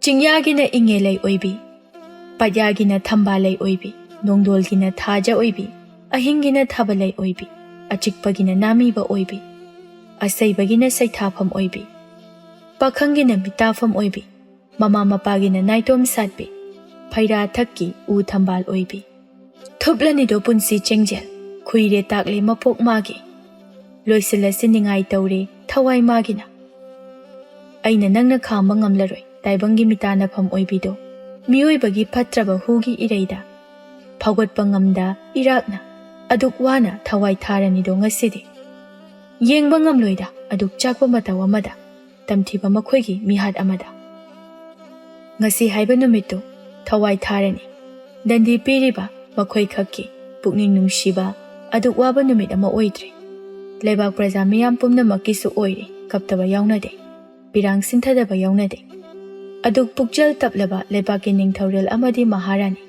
ꯃꯖꯥꯏꯕꯦꯝꯃ ꯆꯥꯟꯅꯕ ꯃꯈꯣꯏꯁꯤꯡ ꯊꯋꯥꯏ ꯊꯥꯔꯅꯤ ꯈꯟꯕꯗ꯫ ꯁꯥꯁꯤꯟꯅꯕꯅꯤ ꯈꯪꯗ ꯑꯣꯏꯗꯕꯅꯤ, ꯀꯂꯛꯄꯅꯤ ꯈꯪꯗ ꯊꯧꯔꯥꯡꯂꯛꯄ ꯂꯩꯕꯥꯛ ꯄꯨꯡꯖꯥꯎ ꯊꯤꯟꯅ ꯄꯥꯎꯖꯦꯜꯂꯛꯄ ꯆꯤꯡꯁꯥꯡ ꯉꯝꯕꯒꯤ ꯌꯥꯊꯪ ꯑꯃꯗ ꯑꯗꯨꯛ ꯅꯨꯡꯁꯤ ꯍꯩꯇ ꯁꯤꯡꯉꯝꯗ ꯊꯋꯥꯏ ꯊꯥꯔꯅꯤ ꯂꯩꯕꯥꯛꯀꯤ ꯄꯨꯛꯆꯦꯜ ꯁꯦꯡꯕꯤ ꯃꯈꯣꯏ ꯑꯗꯨ꯫ ꯀꯣꯅꯨꯡꯒꯤ ꯂꯝꯄꯥꯛ ꯑꯗꯨꯃ ꯃꯤꯌꯥꯝ ꯍꯨꯞꯅ ꯇꯤꯟꯈ꯭ꯔꯦ꯫ ꯂꯥꯏꯅꯤꯡꯊꯧ ꯑꯃꯗꯤ ꯗꯟꯗꯤ ꯐꯪꯂꯤꯕ ꯃꯤꯑꯣꯏ ꯄꯨꯝꯕ ꯑꯗꯨ ꯃꯈꯨꯠ ꯆꯦꯠꯅ ꯄꯨꯟꯗꯨꯅ ꯊꯝꯂꯤ꯫ ꯃꯈꯣꯏ ꯄꯨꯝꯅꯃꯛ ꯃꯉꯛꯇ ꯊꯧꯔꯤ ꯊꯨꯗꯨꯅ ꯊꯧꯔꯤ ꯌꯥꯟꯗꯨꯅ ꯍꯥꯠꯀꯗꯧꯔꯤ ꯆꯠꯅꯕꯤ ꯑꯃ ꯑꯣꯏꯔꯕ ꯃꯤꯍꯥꯠꯇ꯫ ꯑꯗꯨꯕꯨ ꯂꯥꯏꯅꯤꯡꯊꯧꯒꯤꯗꯤ ꯃꯤꯍꯥꯠ ꯑꯗꯨ ꯈꯖꯤꯛ ꯇꯣꯉꯥꯟꯒꯗꯧꯔꯤ꯫ ꯃꯕꯨꯛ ꯐꯠꯇ꯭ꯔꯕ ꯆꯤꯡꯁꯥꯡꯅ ꯃꯅꯥꯎ ꯅꯨꯄꯥꯒꯤ ꯂꯨꯔꯦꯜꯕꯨ ꯄꯥꯝꯂꯤ꯫ ꯃꯥꯒꯤ ꯊꯧꯔꯕ ꯊꯥꯡꯅ ꯃꯅꯥꯎ ꯅꯨꯄꯥꯒꯤ ꯂꯨꯔꯦꯜ ꯀꯛꯇꯨꯅ ꯃꯊ꯭ꯋꯥꯏ ꯂꯧꯅꯅꯕ ꯁꯦꯝ ꯁꯥꯏ꯫ ꯑꯔꯣꯏꯕ ꯑꯣꯏꯅ ꯃꯅꯥꯎ ꯅꯨꯄꯥꯗ ꯌꯦꯡꯗꯨꯅ ꯃꯤꯌꯥꯝ ꯄꯨꯝꯅꯃꯛꯁꯨ ꯇꯥꯅꯅꯕ ꯃꯑꯣꯡꯗ ꯍꯥꯏꯔꯛꯏ ꯑꯗꯨꯛ ꯎꯁꯤꯠꯇꯅ꯫ ꯅꯤꯡꯊꯧꯔꯦꯜ, ꯀꯔꯤ ꯍꯥꯏꯅꯤꯡꯕ ꯂꯩꯔꯤ? ꯉꯁꯤ ꯅꯪꯒꯤ ꯑꯔꯣꯏꯕ ꯅꯨꯃꯤꯠ ꯑꯁꯤꯗ ꯂꯪꯖꯔꯨꯕ ꯅꯔꯥꯜ ꯅꯁꯥꯅ ꯌꯥꯖꯔꯦ ꯍꯥꯏꯔꯒ ꯅꯊ꯭ꯋꯥꯏ ꯊꯥꯕ ꯄꯥꯝꯕ꯭ꯔꯥ? ꯅꯠꯇ꯭ꯔꯒꯅ ꯀꯔꯝꯕ ꯃꯑꯣꯡꯗ ꯊꯋꯥꯏ ꯊꯥꯕ ꯄꯥꯝ? ꯑꯗꯨꯛ ꯃꯤꯅꯨꯡꯁꯤ ꯂꯩꯇꯕ ꯃꯤꯗꯤ ꯑꯩꯗꯤ ꯅꯠꯇꯦ꯫ ꯂꯥꯏꯅꯤꯡꯊꯧꯒꯤ ꯑꯄꯥꯝꯕ ꯑꯃꯠꯇꯗꯤ ꯇꯥꯛꯄꯤꯌꯨꯗꯅ꯫ ꯁꯤꯔꯝꯗꯥꯏꯒꯤ ꯃꯤꯀꯨꯞꯇ ꯅꯧꯊꯔꯛꯄ ꯈꯣꯜꯂꯩꯈꯣꯟꯗ ꯑꯐ ꯁꯥꯕ ꯃꯇꯧꯗ ꯀꯨꯏꯅ ꯌꯦꯡꯕ ꯉꯝꯂꯣꯏꯗꯧꯔꯤ꯫ ꯆꯨꯋꯥꯉꯝꯕ ꯇꯞꯅ ꯍꯥꯏ ꯑꯔꯣꯏꯕ ꯋꯥꯍꯩ ꯑꯣꯏꯅ꯫ ꯍꯥꯏꯅꯤꯡꯕ ꯂꯩꯇꯦ, ꯑꯄꯥꯝꯕ ꯂꯩꯇꯦ꯫ ꯑꯩꯅ ꯍꯧꯖꯤꯛ ꯄꯥꯝꯕꯗꯤ ꯅꯪꯒꯤ ꯊꯥꯡꯁꯥꯡ ꯑꯗꯨꯅ ꯑꯩꯒꯤ ꯂꯨꯔꯦꯜꯕꯨ ꯀꯛꯇꯨꯅ ꯑꯩꯒꯤ ꯊꯋꯥꯏ ꯊꯥꯕ, ꯃꯁꯤꯅꯤ ꯑꯩꯅ ꯄꯥꯝꯕ ꯍꯥꯏꯕꯕꯨ꯫ ꯁꯤꯔꯝꯗꯥꯏꯒꯤ ꯃꯤꯀꯨꯞꯇ ꯍꯨꯒꯤ ꯃꯤꯅꯨꯡꯁꯤ ꯐꯪꯂꯒ ꯊꯋꯥꯏ ꯊꯥꯈꯤꯕꯗꯤ ꯆꯨꯋꯥꯉꯝꯕꯅ ꯄꯥꯝꯗꯦ꯫ ꯑꯗꯨꯛ ꯎꯁꯤꯠꯇꯅ ꯉꯥꯡꯂꯛꯄ ꯋꯥꯉꯥꯡ ꯑꯗꯨ ꯊꯋꯥꯏ ꯍꯦꯟꯅ ꯆꯥꯛꯂꯤ, ꯑꯁꯥꯎꯕ ꯍꯦꯟꯅ ꯍꯦꯟꯒꯠꯂꯛꯂꯤ꯫ ꯃꯄꯨꯔꯣꯏꯕꯕꯨ ꯀꯧꯗꯨꯅ ꯀꯞꯂꯤꯕꯤ ꯃꯍꯥꯔꯥꯅꯤ ꯂꯩꯁꯅꯥ ꯃꯄꯥꯒꯤ ꯑꯋꯥꯕ ꯃꯇꯧ ꯑꯗꯨ ꯌꯦꯡꯕ ꯉꯝꯗ ꯍꯤꯛꯅ ꯇꯤꯡꯊꯥꯔꯤꯕꯤ ꯃꯖꯥꯏꯕꯦꯝꯃ ꯂꯥꯏꯖꯔꯦꯜ꯫ ꯅꯤꯡꯉꯝꯗ ꯄꯤꯔꯥꯡ ꯁꯤꯟꯊꯔꯤꯕ ꯄ꯭ꯔꯖꯥ ꯃꯌꯥꯝ ꯄꯨꯝꯅꯃꯛꯀꯤ ꯃꯃꯥꯡꯗ ꯃꯥꯒꯤ ꯈꯨꯠꯁꯨ ꯊꯥꯡꯂꯦꯟ ꯑꯗꯨ ꯂꯥꯏꯅꯤꯡꯊꯧ ꯆꯨꯋꯥꯉꯝꯕꯒꯤ ꯉꯛꯁꯝ ꯇꯝꯅ ꯍꯥꯏꯒꯠꯂꯛꯂꯤ꯫ ꯅꯤꯡꯊꯧꯒꯤ ꯂꯨꯔꯦꯜ ꯀꯛꯂꯒꯦ ꯃꯇꯧꯒꯨꯝ꯫ ꯃꯇꯧ ꯑꯗꯨ ꯌꯦꯡꯕ ꯉꯝꯂꯔꯣꯏꯗꯕꯅꯤꯅ ꯃꯤꯌꯥꯝ ꯄꯨꯝꯕ ꯃꯃꯤꯠ ꯎꯏꯁꯤꯟꯅꯩ꯫ ꯄꯤꯔꯥꯡ ꯁꯤꯟꯊꯕ ꯂꯦꯞꯅꯗꯦ ꯑꯗꯨꯕꯨ ꯂꯥꯏꯅꯤꯡꯊꯧꯒꯤ ꯉꯛꯁꯝ ꯇꯝꯅ ꯊꯥꯡꯒꯠꯂꯛꯄ ꯆꯤꯡꯁꯥꯡ ꯉꯝꯕꯒꯤ ꯊꯧꯔꯕ ꯂꯪꯂꯕ ꯊꯥꯡꯂꯦꯟ ꯑꯗꯨꯅꯗꯤ ꯂꯥꯏꯅꯤꯡꯊꯧꯒꯤ ꯉꯛꯁꯝ ꯌꯧꯈꯤꯗ꯭ꯔꯦ ꯀꯗꯣꯝꯗꯒꯤꯅꯣ ꯈꯪꯍꯧꯗ ꯀꯥꯞꯂꯛꯄ ꯍꯨ ꯇꯩꯔꯕ ꯇꯦꯟꯖꯩ ꯑꯃꯅ ꯆꯤꯡꯁꯥꯡ ꯉꯝꯕ ꯊꯥꯡꯂꯦꯟ ꯃꯈꯨꯠꯇꯒꯤ ꯅꯥꯟꯊꯗꯨꯅ ꯂꯩꯃꯥꯏꯗ ꯇꯥꯍꯟꯈ꯭ꯔꯦ ꯑꯗꯨꯛ ꯊꯥꯖꯗꯕ ꯃꯇꯧꯗ ꯑꯗꯨꯛ ꯉꯛꯄ ꯃꯤꯀꯨꯞꯇ ꯂꯥꯛꯂꯦ ꯂꯥꯏꯒꯤ ꯃꯆꯥꯒ ꯄꯥꯡꯈꯛ ꯑꯣꯏꯕ ꯃꯍꯥꯛꯇꯣ ꯗꯟꯗꯤ ꯑꯣꯏꯅ ꯉꯛꯇ ꯊꯧꯔꯤ ꯊꯨꯗꯨꯅ ꯂꯩꯔꯤꯕ ꯑꯋꯥ ꯆꯩꯅꯥ ꯈꯥꯡꯂꯤꯕ ꯃꯈꯣꯏꯒꯤꯗꯃꯛ ꯃꯈꯣꯏꯕꯨ ꯀꯟꯅꯅꯕꯒꯤꯗꯃꯛ ꯅꯤꯡꯂꯨꯕꯗꯣ ꯑꯁꯥ ꯑꯃ ꯑꯣꯏꯔꯛꯄꯗꯣ ꯃꯇꯧ ꯑꯃ ꯂꯣꯏꯅꯥꯏꯗꯕ ꯇꯥꯏꯕꯪꯗ ꯃꯨꯠꯅꯥꯏꯗꯕ ꯊꯃꯣꯏꯗ ꯍꯛꯇꯨꯅ ꯊꯝꯈꯤꯕ ꯅꯨꯡꯁꯤꯕꯕꯨ ꯂꯦꯝꯅ ꯃꯥꯡꯕ ꯑꯣꯏꯊꯣꯛꯄ꯭ꯔꯥ ꯉꯁꯤ ꯍꯌꯦꯡ ꯈꯨꯠꯁꯥ ꯊꯦꯛꯅ ꯄꯥꯔꯕ ꯇꯥꯏꯕꯪ ꯄꯨꯟꯁꯤꯗ ꯀꯅꯥꯒꯤ ꯊꯋꯥꯏ ꯃꯤꯍꯧꯔꯤꯕ ꯀꯅꯥꯒꯤ ꯄꯨꯟꯁꯤ ꯃꯤꯇꯥꯔꯤꯕ ꯃꯤꯍꯧꯔꯕꯗꯤ ꯆꯩꯅꯥ ꯐꯪꯒꯅꯤ ꯃꯤꯇꯥꯔꯕꯗꯤ ꯃꯥꯕꯨꯁꯨ ꯑꯉꯝꯕ ꯂꯥꯛꯈꯤꯒꯅꯤ ꯅꯣꯡꯗꯝꯕꯒꯤ ꯊꯧꯁꯤꯜꯗꯤ ꯅꯪꯅ ꯑꯩꯅ ꯈꯪꯕ ꯅꯠꯇꯦꯗꯣ ꯃꯔꯣꯜ ꯅꯥꯏꯕ ꯂꯩꯃꯥꯏꯅꯤ ꯃꯌꯦꯛ ꯌꯥꯝꯕ ꯆꯦꯕꯥꯡꯅꯤ ꯍꯌꯦꯡꯒꯤ ꯂꯃꯥꯏ ꯉꯥꯏꯁꯤꯔꯥ ꯃꯊꯪꯒꯤ ꯃꯌꯦꯛ ꯉꯥꯏꯈꯤꯁꯤꯔꯥ ꯈꯧꯔꯥꯡꯅꯕꯨ ꯉꯥꯏꯁꯤꯔꯥ ꯑꯄꯦꯟꯕ ꯐꯥꯎꯗꯦ ꯋꯥꯀꯠꯅꯕꯨ ꯉꯥꯏꯁꯤꯔꯥ ꯃꯊꯪꯒꯤ ꯂꯃꯥꯏꯗꯣ ꯂꯩꯔꯤ ꯇꯥꯛꯂꯝꯕ ꯃꯊꯪꯒꯤ ꯂꯃꯥꯏꯗꯣ